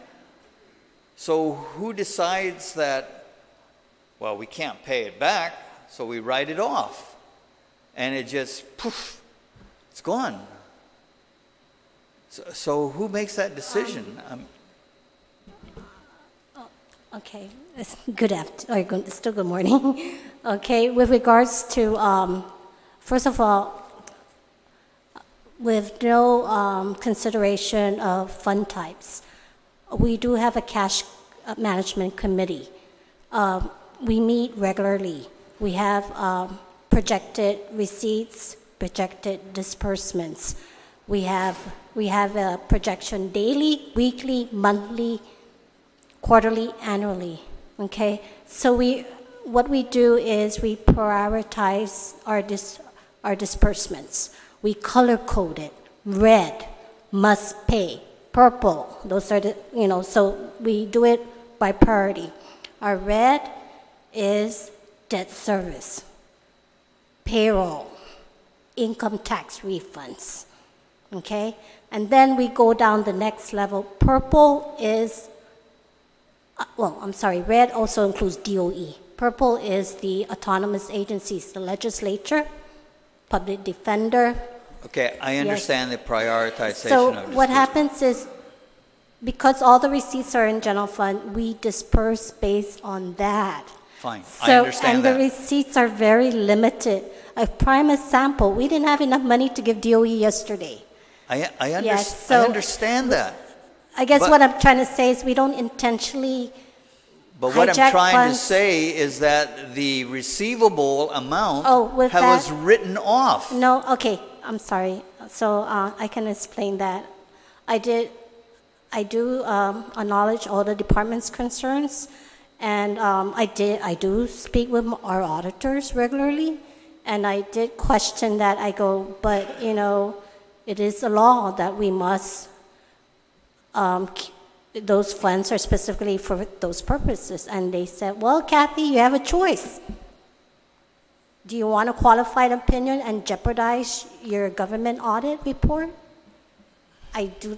So, and I know this was echoed previously by our Senator Ben Pangilinan, and then more recently by Senator Cruz, requesting our director, which at that time was Christine Belletto, who responded with this matter. And this also addresses, and I spoke to Mr. Byrne, I go, unfortunately, Mr. Byrne, every day a department gets heard, they're all going to accuse us of hijacking their monies, because when GSA 54 kicked in, the auditor said, all these interfund with these special funds, general fund, first of all, is in a deficit, 105 million. Are we in a position to pay back? I cannot lie. I have to say no, because for the meanwhile, we owe tax refunds. We're going to have to pay payroll. We have to do all this. So, think about it. I mean, the bottom line is, which law do you want to break? Do you want to break federal law with payroll?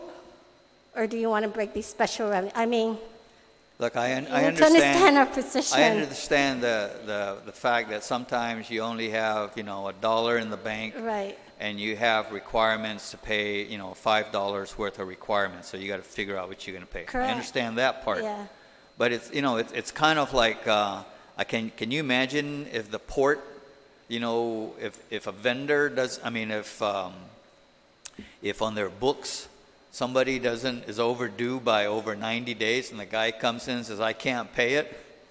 So I say, okay, fine. So then they write off all those things. Okay, It just takes away any kind of hope that maybe, and you know what's really going to be ironic, because I'm just waiting for the end of this fiscal year to see if this administration is going to claim that there's a surplus. Okay, if I may, with regards to the special revenue funds, part of our cash management is every time they, like, for example, the flame fund or, DPW building and design fund, if they have vendor invoices to be paid, we look at the interfund and we owe money, we pay it, we prioritize them. So it's not like we're taking their receipts to pay general fund vendors. We do consider them. To me, as long as they spend their monies, we won't have that interfund. So you understand? I understand the predicament. I understand the situation that you're in, but it seems that what we're advocating here is use it or lose it. We do not want to promote that at the same time. Well, but that's what's happening, right? Yeah.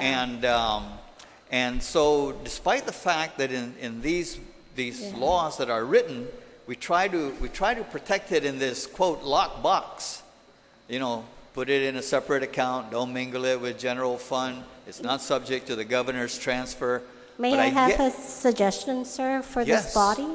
Yes. Okay, Doris Books did it once upon a time. We might want to seriously consider closing a bulk of our special revenue funds and just appropriate these programs, close it to general fund and just appropriate these programs directly from general fund. At least with that, I can give you an example. Let's say Flame Fund, they collected $500,000 in receipts. If they only need half of that, at least the balance will be kept within general fund and can be used to pay tax refunds. Wow, so you're saying all these Programs. years that we've been putting all these beautiful language of put into a Yes, separate sir. account and not subject to the governor's transfer is a myth? No, we will still continue to fund these programs. It would just be a direct appropriation, saying like Flame Fund, we have appropriation under fire department specifically to purchase equipment and vehicles, etc., as opposed to creating a special fund. Because what's going on when you do that, you're hoarding cash that's sitting in the bank account. A prime example is we have $5 million sitting in the Healthy Futures Fund, which I believe we can use that to pay down tax refunds. So you guys, you know, there's a whole bunch of reasons that we can propose or recommendations that DOA can propose. So just in case you're not aware, there's $5 million sitting in the Ancestral Lands Land Bank Fund. I hope you guys aren't looking at that, and it's been building up. I hope you guys aren't looking at that. Sir, it will help if we have open communication as well. Like if the directors will reach out to us, at least we know, okay, this is really, they have all intentions to spend that. But again, like you said, we have so much money in the bank, payrolls tomorrow. It's hard. It's really hard. Senator, if I can also, I understand your predicament because I was actually no, it's not a predicament. It's a concern. It's a real concern that I have. I was the individual at the time that signed off on those letters requesting the permanent transfer, and I have a huge issue with that as well. And so today, as we speak, you know, it's our directive.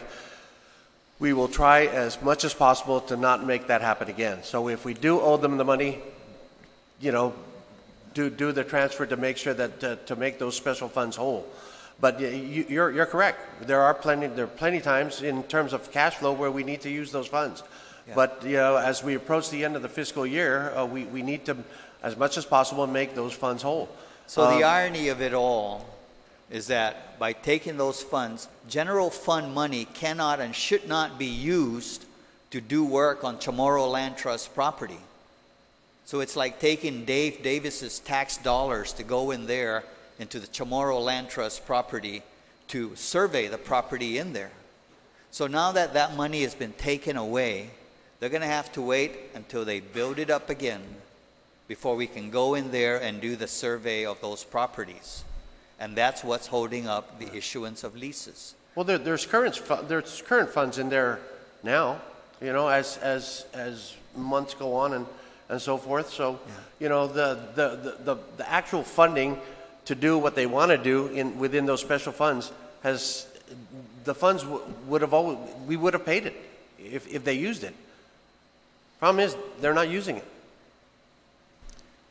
Senator, there are 182 special funds in our books. You know, 177 of those work fine. Well, that's fine. All I care about is the Chamorro Land Trust I got fund. that message, sir. We got that message. Okay? Understand. All right. All right. Thank you. Hafide, good morning, Mr. Burns, and to everybody. Thank you very much to the DOA staff for all the hard work that you guys do. I know it's very difficult with the very limited resources. As has been talked about earlier, that DOA is really the heart of this government. You have all the other agencies that are very important, but as the heart of this government, it's important that you also do have the resources A few years ago, working with the department, we tried to get some dedicated resources aside from the regular appropriation.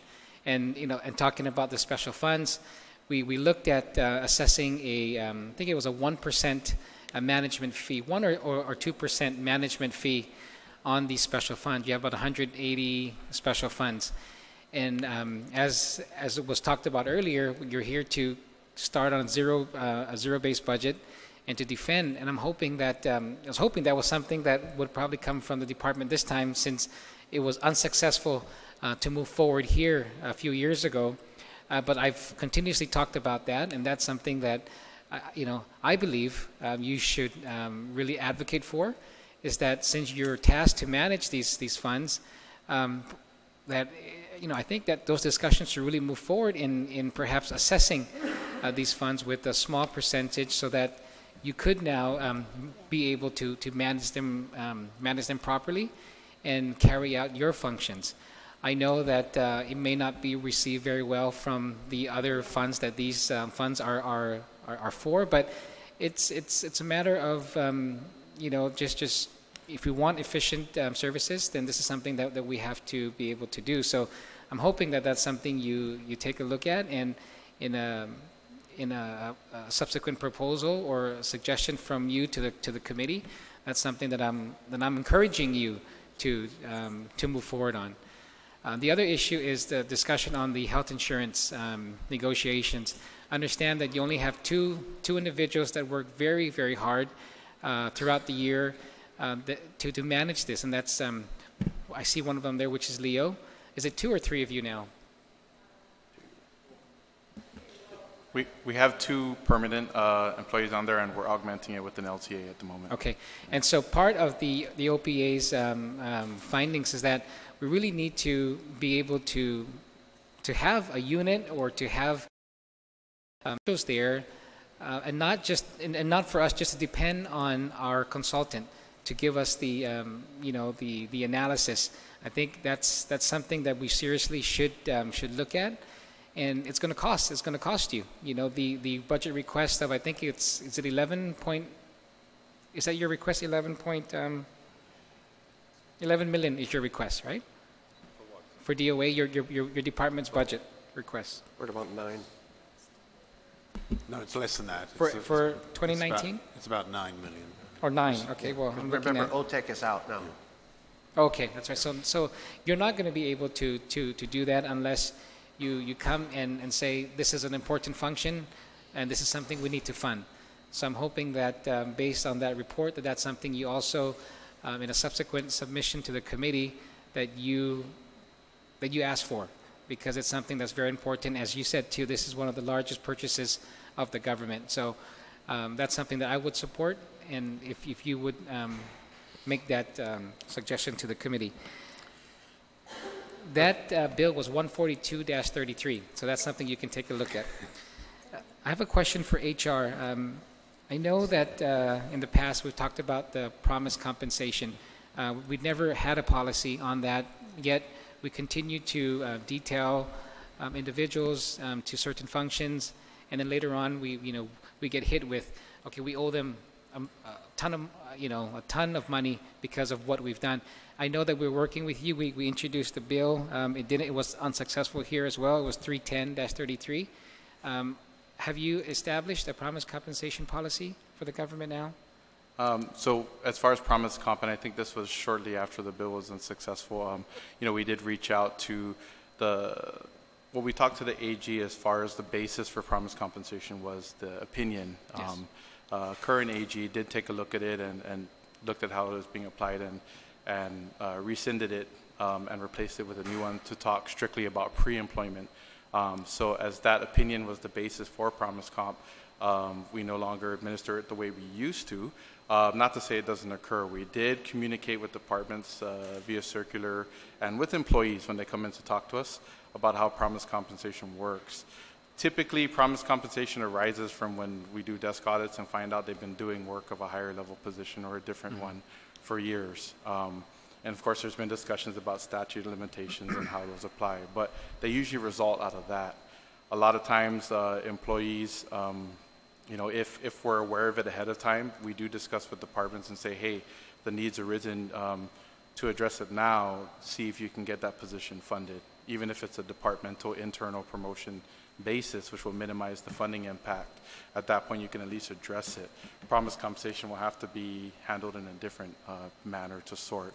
But yes, the bill would have helped address, at least establish a mandated foundation for how promised compensation works within the government, and would set the parameters for how long, how far back. Because the longer and higher bills that we would pay towards promised compensation came from over a decade worth of claims. And sometimes employees, we get huge files where they're able to actually substantiate that. And so we have no choice but to go ahead and vet it. Currently, we can still do the review, but there's no mechanism for them to get paid for that. So if we do a classification review and find that they have been performing work, we can recommend, hey, moving forward, you need to be in this position. But for the prior year's pay, it's another issue totally. I think one of the ways they were trying to do it was request for it in their budgets, right, and in their prior year obligations. I haven't seen too many go through, but I think they do try to handle it in that way, especially for the smaller ones that are maybe. So would you recommend that we move forward with perhaps that legislation to officially establish a policy, at least a framework of that policy? It would definitely help, especially since we don't have the opinion to base our review on, or at least recommend that someone get paid. Outside of that, the only other mechanism is the Civil Service Commission, but that has a whole adjudicatory process to it. So if there was something mandated, we could definitely work with it to try and build that system up. Okay, I'll work with you on that afterwards. Just one more question. In the budget bill, in the budget law, I think it was 2 budgets ago, there was a requirement that we fund Guam's membership into WICHE, the Western Interstate College for Higher Education, and it was required that DOA include that as part of their budget. And so I noticed it's not part of the 2019 again. So if not, I'll move work with the committee to include it. I believe it's about 70,000. But if you are going to submit something, I'm requesting that you officially also request for that to be included in the budget.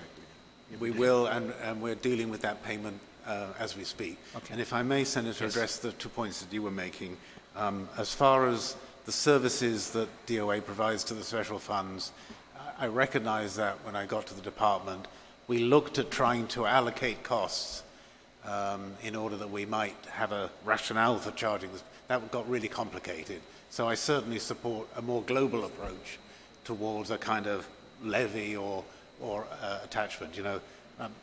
There's one of the 3 great untruths is I'm from head office and I'm here to help. Modesty prevents me from talking about the other 2, but it's sometimes difficult to persuade clients that you're actually doing work on their behalf. But I believe in this case we are, and we will certainly take a look at the expertise in the health and insurance negotiation. Okay, great. So just going back to that, the management fee, that's something, if you take a look at it, I'm willing to reintroduce it and work with my colleagues here, but you got to do a good job in persuading them so that this time it can be successful in moving forward. Okay? Yes, sir. Just one more, Mr. Chair. I got asked by a constituent, I think this was many years ago, there was a DOC judgment was it for overtime? And is there anything still pending that needs to be paid to any of those that were part of that judgment? Not that we're aware of, Senator. Unless there's something specific, I'd be more than happy to take a look at it. Yeah, because I wasn't too sure specifically, and so we're still looking at it. But since we're here, I wanted to bring that up. I think Senator Nelson does have information. You want to speak offline? May I add, the FY18 appropriation does specifically state a clause to pay back some of the overtime that is owed to DOC and other public safety agencies. So if you haven't paid that amount back from the FY18 appropriation, then the answer should be no. If you look at it. Yes, I'm going to. And I'll work with you offline to get some more information. But that's all. Thank you again to all of you. We'll try this side. Senator Espadon. Thank you, Mr. Speaker. This has been an interesting conversation. I'm finding out all kinds of good stuff that actually is not good stuff, but surprising stuff. I just want to make clear that, in the conversation earlier, you know, when it comes to special funds, all the funds that are supposed to go to special funds are put into the general fund, into one account, and basically they're only separated by, you know, accounts, so that they don't have a separate bank account per se, right? Is that what you're saying? I'm sorry? Yes, Senator. So essentially what we're doing is we're allowing, first of all, we are not denying them to, the programs to be expended. So depending on what the purpose of the special revenue fund, we can still enforce that through a mandate. But yes, you're right, but appropriated from general fund. The thing is, you're going to grab those specific revenue accounts, whether it's building permits, whether it's fire, whatever these fire department charges, that drops in general fund. So it allows us, when we do cash management, as those receipts come in, right? Because you're going to see a trend, and I can do that. We can prepare the last 5 years, and you're going to see a trend that not all the agencies spend all of their special revenue fund receipts. And so what will happen is, like I said, if DPW receive $1 million, but they only expended $500,000, that $500,000 will be classified as an inter-fund receivable by general fund, as opposed if you close it and just make a direct appropriation from the general fund, that $1 million will be a general fund DPW building permits revenue, and of course the expenditure will also be a general fund, but the difference will stay within the general fund, and it's afforded to pay for tax refunds, to pay for other obligations. So it just makes math sense. And I'm trying to translate it to at a personal level. It's like having your checking account, right? You have a mortgage, right, to pay for, and then you have your child's college trust fund. Let's say for some reason some catastrophe happened or emergency repair you had to do, and of course you're faced with only your day-to-day paycheck. And at the same time you have $50,000 in your college trust fund for your child. Are you just going to leave that $50,000 there and go homeless? So, you know, I'm just trying to put it into that kind of perspective. I understand. I'm not trying to point fingers. I'm just kind of taken aback that through all this time, at least while I've been in office, I was always under the impression that when certain revenues that are coming in are dedicated for special funds for specific purposes, that a different account, and of course you say, I'm sure there is an account, but they're not in a hard bank account separate from the general fund. But they are properly classified as their revenue source. You can guarantee that the revenues are But when recorded. it comes down time for these agencies who hold control, really, or who the special funds are meant for, right, and it comes time for them to be able to spend it, right, according to the mandate of law, and there's no money, then what happens there? As long as there's an appropriation and as long as there's revenue receipts, we will pay their vendors. Are they codified under the red or the purple or less? I mean, I would imagine it would be red because that was exactly their funds. For special fund vendors, we will pay it as long as we have an interfund payable to the special fund. So, but it is classified not as a red, unfortunately, because our red items are big ticket items, debt, payroll, tax refunds, DOE. So they're in the next level. Okay, so you're gonna find out more than likely during payroll week, we're not paying vendors. We pay vendors on non-payroll. Well, I almost kind of feel like a fool now because on the session floor, when things are happening and special funds are mentioned, normally, more times than not, I'm the guy who stands up and says, wait a minute, that's special funds, right? Or this is supposed to go towards this direction, and it has a specific purpose. And in the end, those specific purposes, which the body normally deems a very important function to address the issues within the government, right, are not prioritized, even though we consider it prioritized because we created a special fund for it, right? It's like now we're just, it's all self-defeating. In creating any kind of special fund. Maybe I need to clarify myself. Right. I will recommend for special funds that actually fund operations, meaning to say government employees' salaries. Those are the ones that we should consider. Of course, we have the Chamorro Land Trust. I totally agree that that should be separate and apart, you know, these specific programs, but anything like government operations, because I realize like DPW, their capital projects division is funded by Guam Highway Fund. So we're talking only departments that are funded, their operations is funded by special fund. So we're going to be a little bit more particular when we, you know, when we establish special revenue fund as far as does it really warrant to be restricted, or can it stay within the general fund? Okay, well, I just think, clarification. Well, so I'm not denying that we don't. I'm not saying we don't need special funds. I do support them. I'm just saying maybe we need to, depending on what you're trying to reserve the funds for. In this case, government operations does not need to be.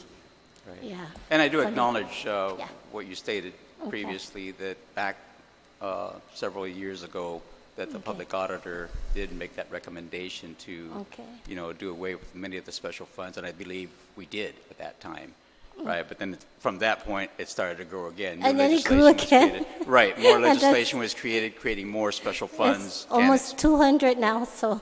Right, okay. I mean, and it's good to know, Mr. Byrne, let me just finish. It's good to know because even those within our body need to understand this, right? And we have, you know, there'll be some vacancies coming up for the next term, right? And I believe all of us who will be staying, right, need to make sure that any new members of the legislature understand when they start creating these special funds, it doesn't specifically lock it in, even though we call it a lockbox, right? Because it's not necessarily. Mr. Burns? We do account. Yeah. Sorry, I beg your pardon. I want to emphasize that we do account for these properly. You know, the ledger correctly records what's going on. I'm not questioning the accounting of it, Mr. Burns. I'm addressing the fact that we're under the impression when we create these special funds, they will go to a dedicated, and they'll be ready and they'll be there to be able to be used for the specific purposes that they were created for. And I did ask Kathy to look at segregating these a bit better for cash flows and having separate checks cut, because at the moment it's all mixed, having specific checks cuts for some of the bigger funds. So we will take a look at this and try and address your concerns. And I appreciate that. And I guess when it comes to the bigger picture, and when we're trying to formulate the budget for the next fiscal year and so forth, right, that means there's not a real true accounting that's being presented to this legislature, to this body, of what should be available for the general fund. I mean, you know, again, if we subtract out the special funds that we create, all of us, and then we're using the special funds to fund general operations as opposed to the specific purpose that they were created for, then really, technically, what we should be doing when we're talking at these budget hearings as to what really is going to be available minus any revenue that's supposed to go to special funds. Don't you agree? That would certainly clarify the situation. It would. And we'll make, you know, so when we're talking about a $900 million or $1 billion budget, that's not necessarily what should be looked at in terms of funds that are available to then appropriate. We should be looking at a smaller number if we set aside, again, what we anticipate to go into special funds. Don't you think that'd be a better way to approach the budgeting process? we'll take a look. I mean, the budgeting process is not under the control of DOA, but we'll certainly I understand, work. but that's we'll what we're here for right now, right? We'll work with BBMR on This is a public hearing on the budget for DOA, but then that's what we've been doing these past few weeks. So, and in the end, what the committee will do is try to get all these numbers, try to figure out how we can do it. If we have to do it with special funds, or at least maybe approach you, Ms. Key, in terms of putting out that report as to what is being used by some of these departments, maybe you're right. Maybe they don't need 100% of what we've appropriated to these special funds. Maybe it's only 50% is their need, and the rest maybe should go back into the general fund. But again, so I do appreciate this conversation, but I am taken aback and a little bit surprised about how and where we are right now. One last point, Mr. Speaker, Mr. Chairman, is it has been testified to that, well, and you heard the chairman, basically DRT, Department of Revenue and Taxation, utmost importance, they're the collection branch. Right below them, if not hand in hand, is DOA, because then after those collections come in, you're supposed to disperse it, according to the needs of the government. I guess the issue that I have, and it's been testified to, is that the communication, the electronic communication between DRT and DOA is not at that utmost level where you both know what you're both doing. Is that a fair assessment?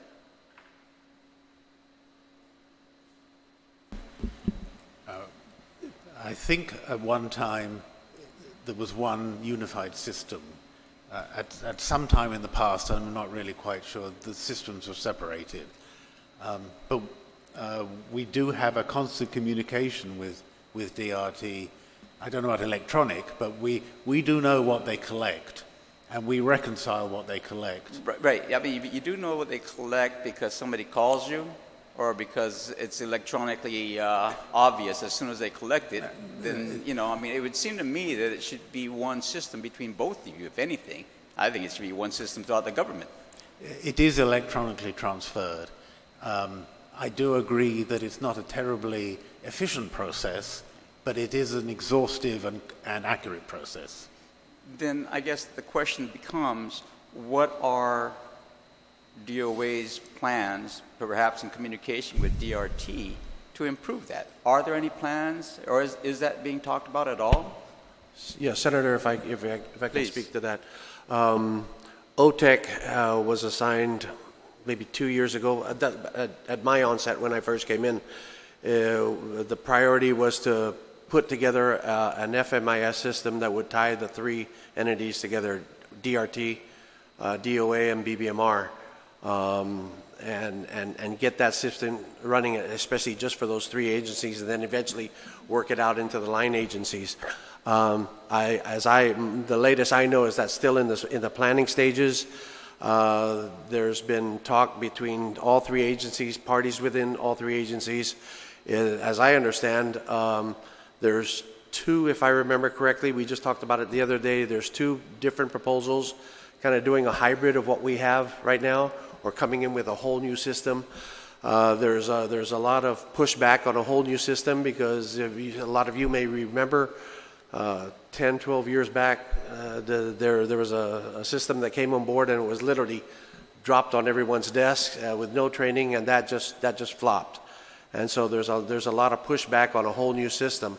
But do we need to talk better and communicate better with DRT and BBMR? Absolutely. I see that just in the task force that I'm heading for tobacco tax, real property tax, any and all the revenues coming in, how it's accounted for. They have their system, we have their system. Are they talking? Slightly, but at the optimum where it really should be? No, they're not. And so that's where we're trying to put a system together so that there's checks and balances. We know exactly what comes in from them and to what specific accounts come in. That's our end game.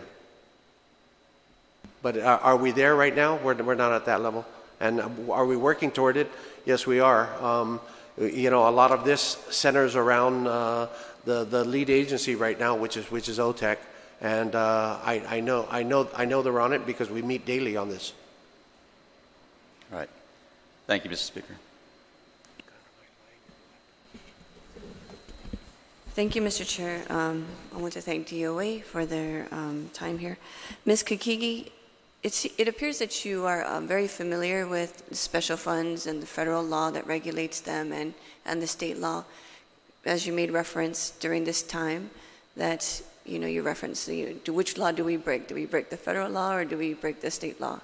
And so I want to bring to your attention, as well as you, Mr. Byrne, House of Representatives 3403-3, and this is Title I 911 Services and IP-enabled voice service providers.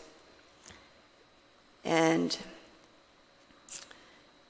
in subsection F, where it gives state authority over fees, it specifically states, nothing in this act, the Communications Act of 1934, the new and emerging, so it just goes down the line. Or any commission, regulation, or order shall prevent the imposition and collection of a fee or charge applicable to commercial mobile services or IP-enabled voice services specifically designated by a state, political subdivision thereof, Indian tribe or village or regional, corporation serving a region established pursuant to the Alaska Native Claims Settlement Act as amended for the support or implementation of 911 or enhanced 911 services, provided that fee or charge is obligated or expended only in support of 911 and 911 services or enhancements of such services as specified in the provision. And it goes further down to say that technologies of the 911 Improvement Act of 2008 and annually thereafter, I'm sorry, let me go back just a little bit. Fee accountability report to ensure efficiency, transparency, and accountability in the collection and expenditure of a fee or charge for the support or implementation of 911 or enhanced 911 services. The Commission shall submit a report within 1 year after the date of enactment of the New and Emerging Technologies 911 Improvement Act of 2008, and annually thereafter the Committee on Commerce, Science, and Transportation. And so there's been question about the submission of reports through the FCC. Have we been doing this requirement, submitting reports annually on our 911 services funds annually to the FCC since the enactment of this federal law? I haven't seen a report, Senator. Okay. And I don't know whether DOA would necessarily be responsible. Okay. Well, in the Guam Public Utilities Commission, this is the report of the Guam Public Utilities Commission for FY 2016, detailing the receipts, collections, and amounts of the enhanced 911 emergency surcharges. And this is GTA docket 17-01 from the PUC. And it lists in page 12, fiscal year 2012 through 2016 collection agent fund balance elements. So it goes down the line and it shows that in fiscal year 2012, remittances of what is paid to DOA, of course, which is administered by you, this fund is administered by you, that should be given specifically to GFD for the operation of 911 services. You received a 1.8 million, 2013, 1.8 million, 2014, 2 million, 2015, 2.1, and 2016, 2 million. So we're still waiting on the 2017 report. Are you tracking that all of this money, can you tell me if all of this money was spent specifically for E911 services? And the reason why I'm asking is because there's been question that the E911, this money from the E911 fund was transferred back to DOA into the general fund. So I'm asking if you can tell me if this money was spent for the specific purpose of the federal law? I will have to look into it and find out. Can you ask Ms. Kagigi? She's been here quite longer than you, and I know you probably don't have the answer on hand. We will get back to you. You sent a FOIA yesterday, and Ms. Kagigi, are you we aware? will respond. Ms. Kagigi, are you aware if this money was spent specifically for what is it was intended into as regulated by federal law? Similar to all funds, special revenue funds, we do spend the monies for the programs as Okay. intended by law. Okay. What you're referring to, I'm pretty confident, is the application of GAS B54 Okay. accounting standards. Unfortunately, they've been one of the funds that, like I said, if they don't spend their receipts within that fiscal year and there's a receivable from general fund, that accounting standard will require us to do a accounting entry for a permanent transfer. Okay, that what you just said just went over my head. I'm sorry. It made no sense to me whatsoever. Okay. Let me go back to March 4, 2018. We had a committee of the whole because we were placed into special sessions because our shortfall in our government of about $64 million. I specifically asked, and DOA was at the table, I specifically asked how much money from GFD was transferred into, from the 911 services transferred back into the general fund. And the response was $488,000. Now, I have in receipt on February 12, 2016, from the fire chief that moves money from the enhanced 911 emergency report system of $712,500 back into the general fund. Then I'm in receipt of another, and there's also a received here, so it must have been received by you. $1.8 million of the 911 emergency fund in March 2015. And so I would think that with all the questions going on about the 911 emergency fund, especially the questions coming from the FCC, that DOA would look into this situation and really verify if this really did occur. Yes, okay. And you would be on top of it by now. Okay.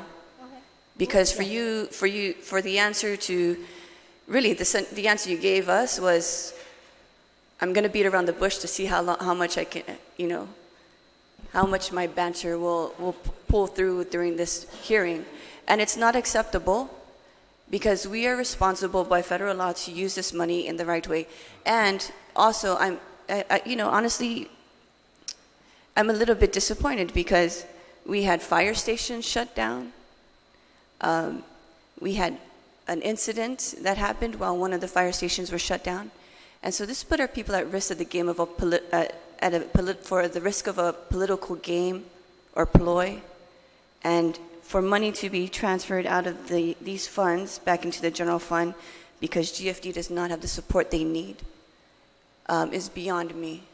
Because GFD does need this money, and however you're appropriating for this money is, for however you are allocating and moving this money around is very, it's beyond unorthodox, it's wrong. And I don't need anything, I don't need a response from you, Mr. Ariola, because the information that you gave me in March 4th was inaccurate. So we sent FOIA requests to DOA requesting specific documents for the E911 fund and how it was used. And so we are anticipating those documents, or if you need an extension, within the due date that it is required, Mr. Byrne. Thank you, Mr. Chair. Mr. Chairman, if the good senator doesn't want me to respond to her, I certainly want to respond to the committee. We will look into this. I have no communications from FCC. I don't believe any communications have come to FCC. But the thing is that we'll answer to the committee. The newspaper had the story that they reached out to you guys and there was no comment. There was a story. I was off island and I even knew that the story was breaking. All right, there was in one of the two papers within the last week. Okay, I think Senator Torres, do you have any questions? Go ahead. Because then I have a couple. No, I just want to acknowledge your presence and the presence of your staff and just thank you for being here. The question that I had is more about policy, which I think can be asked at a later time. And specifically, it's what I'll ask later and maybe meet with you, Sean, later is in the prior budget hearings, there was a lot of discussion about the inadequate government services that were the direct result of the lack of personnel. And that was hampered by some of the specifics to the job description being not conducive to the employment pool on island, and whether there was a need to adjust those job specs downward. And so that's, I think that's not specific to the budget here, but I think that that's relevant in general to government operations and efficiency. So and the question that I have is who triggers that exercise? Is it a DOE triggered exercise or is it a department triggered exercise in terms of adjusting the job specs? But it's both. Sometimes when we do announce to try to recruit for positions, at times when we don't get a lot of applicants, let's say there's a certification requirement that maybe no one applies anymore, we do ask the departments, you know, do you want to work with us on amending it? Sometimes I guess just the caliber of applicants that make it over, you know, they ask to tweak the job specs. So we're always open to working with them. And if there's something specific they want, then because I know that in Guam and the environmental and enforcement issues, it was Department of Agriculture that I remember specifically having that big challenge. So thank you, though, for your brief response. And I just wanted to mostly acknowledge the employees and all of you here today. I think this whole discussion with the special funds needs to really be addressed. Is the recycling fund one of those special funds that's left in the big? As long as there's an interfund receivable. I mean, you need to get it on the record, please. As long as it's in the interfund receivable, sir, it will be one of those funds that are affected by GSA 54. The reason why I asked specifically about the recycling fund is because when the recycling fund was created, much like the enhanced emergency fund that Senator Nelson was asking about, the specific language from the federal statute that creates it says the money shall be used for that purpose. And in the creation of the recycling fund and the confusion that Senator Espaldon had was because when we create most of these special funds, if memory serves me right, it's much like the language this is almost boilerplate language in the recycling fund. There's hereby created the recycling revolving fund, which shall be maintained separate and apart from any funds, including the general fund of the government of Guam, and independent records and accounts shall be maintained thereof. The recycling revolving fund shall not be commingled with the general fund and shall be kept in a separate bank account. All revenue generated from recycling fees collected pursuant to this article, including interest earned, shall be deposited into the recycling fund and shall be expended exclusively for the purposes authorized in Article 3 of Chapter 5, Chapter 51 of Title 10. Yeah. The funds deposited into the recycling fund, again, shall not be subject to the transfer authority of Imagalahi Guahan. And there are a number of the special funds. We put into almost all of them. Maybe in the Chamorro-Lantras one, I have to check whether or not we put it, but in others we have no transfer authority by Imagalahi in Guahan may use no transfer authority by the Imagalahi in Guahan. Imagalahi in Guahan may not use his transfer authority to utilize any money deposited in this fund. there are numerous ones that I thought we created that were supposed to be completely separated. And so now I understand why Senator Espaldon and why I'm concerned is that I know that in the Healthy Futures Fund we created it that way too. So that $5 million is not available for transfer. Okay, we do create separate bank accounts, and again, you need to understand our cash management. The way the receipts are flow through the bank accounts. We have one purse. It's the general fund purse. So everything all the receipts gets deposited there. Okay? So we start off the day with what's our beginning checking account balance. So, no, but when you create the account, when the legislature shall be deposited in the separate bank account and shall not be commingled. We do. How do you interpret that? We do have separate bank accounts. We do have cash in there. So when we're at a point where we have cash, I don't want to say surplus cash, but when we have additional cash in the general fund checking, we do look at the special funds, and we do deposit monies then. So you are going to see some cash in the special revenue funds. GASB 54 looks at the snapshot as of 9/30, depending on where we are in our cash position as of that day. So you're saying that GASB 54, to use, to not being cute, but trumps federal law and supersedes our local law that says that these shall be deposited in a separate bank account and shall not be subject to the transfer authority of Himagalahi? You want to have a qualified opinion? You want to talk? You mean to tell me I'm going to have to make a FOIA request of the 180 accounts and cite their specific creation legislation? We are presented with, do we want a modified opinion in our financial statements? That's not my problem. I'm just saying, who is violating the law? Because it's very clear when this legislature creates a number of these special funds.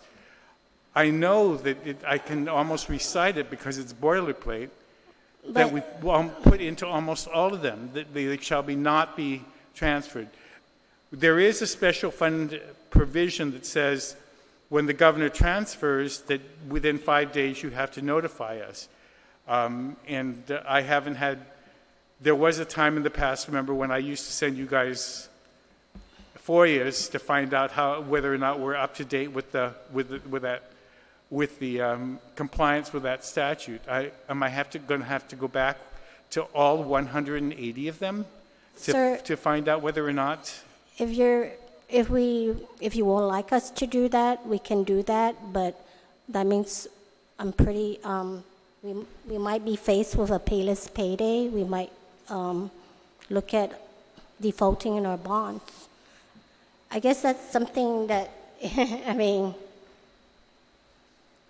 Help me out here. So what we're saying is, in order to avoid the payless payday, I'm going to have another situation where the child support payment's going to be taken, or the Healthy Futures Fund is going to be raided. Those are separate funds, completely separate funds. Yeah. And what I think we're trying to ask is, how do we create a separate fund that is sacrosanct from being touched? It obviously is not enough that we put into the legislation that it shall not be transferred to it shall not be subject to transfer by the governor because it's being done. Which accounts are sacrosanct and which ones aren't? I understand, Senator. And even with federal law, with the emergency system, Senator Nelson read you the statute which says it shall be used exclusively for that. There's no provision in there that at the end of the year, if it's not spent, then we get to spend it.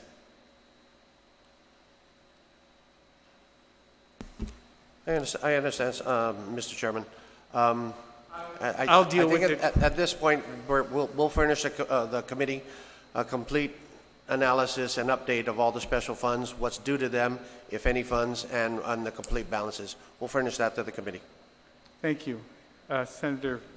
Thank you. Yes, I just wanted to make sure if you could also, for us, our purposes, a list of all the special funds. You said 177 out of 180 are not being used this way, but if we could get a list of all of them, which ones have separate bank accounts, which ones, if they're not on this list of 180, are the special separate funds.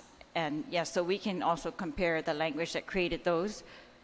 The list of the transfers from these special funds for the last, as quickly as you can go back, I would ask for 8 years, but at the minimum 4 years, whatever you can do very fast. And what report will show this to us regularly, that you are taking money out of special funds and spending them? What can we look at on a daily basis to know whether that's happening, instead of waiting for an audit or a write-off at the end of the year?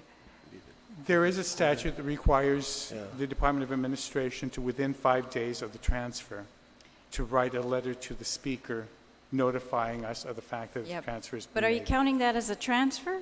No.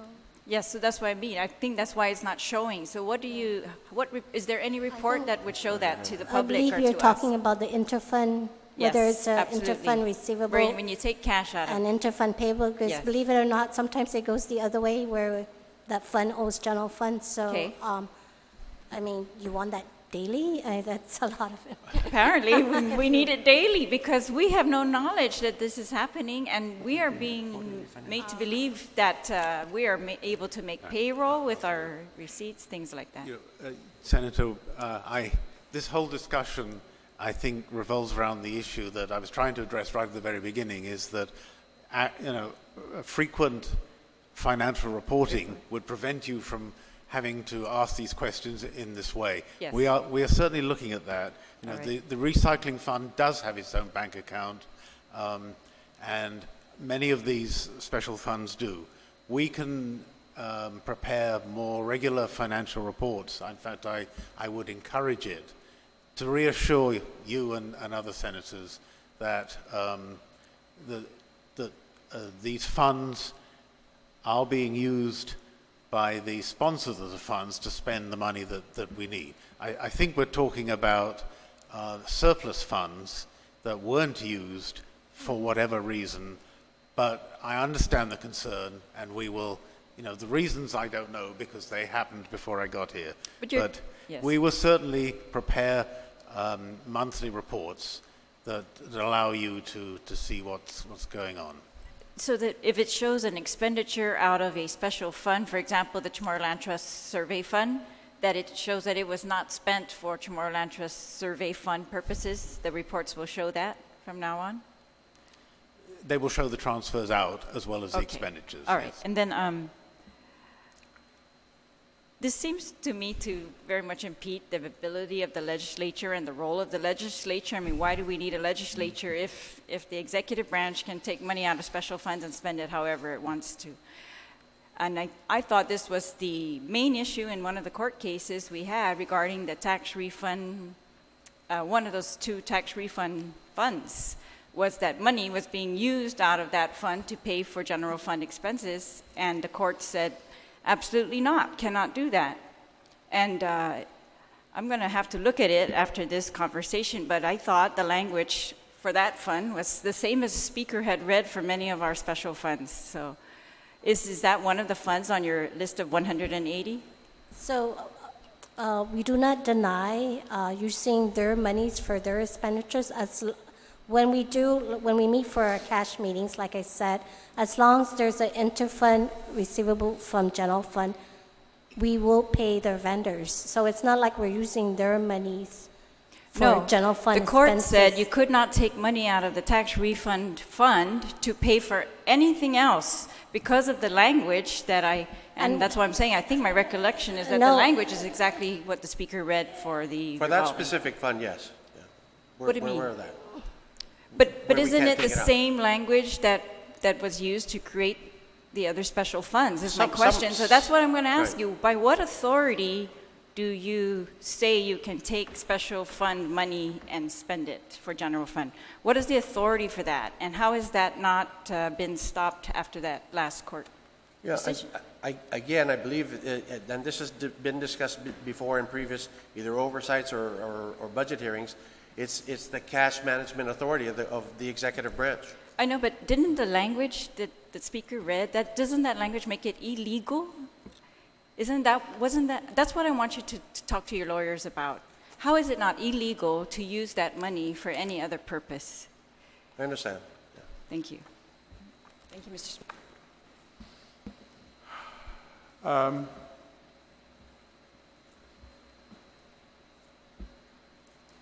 This budget hearing will now recess, and we will meet with the judiciary at 10 tomorrow morning. Oh, wait. Oh, no, that's SES is separate. No, this Appropriations Committee, the budget hearing will recess until tomorrow morning when we meet with the judiciary at 10 o'clock. Okay? But there will be a SES at 2:30 this afternoon.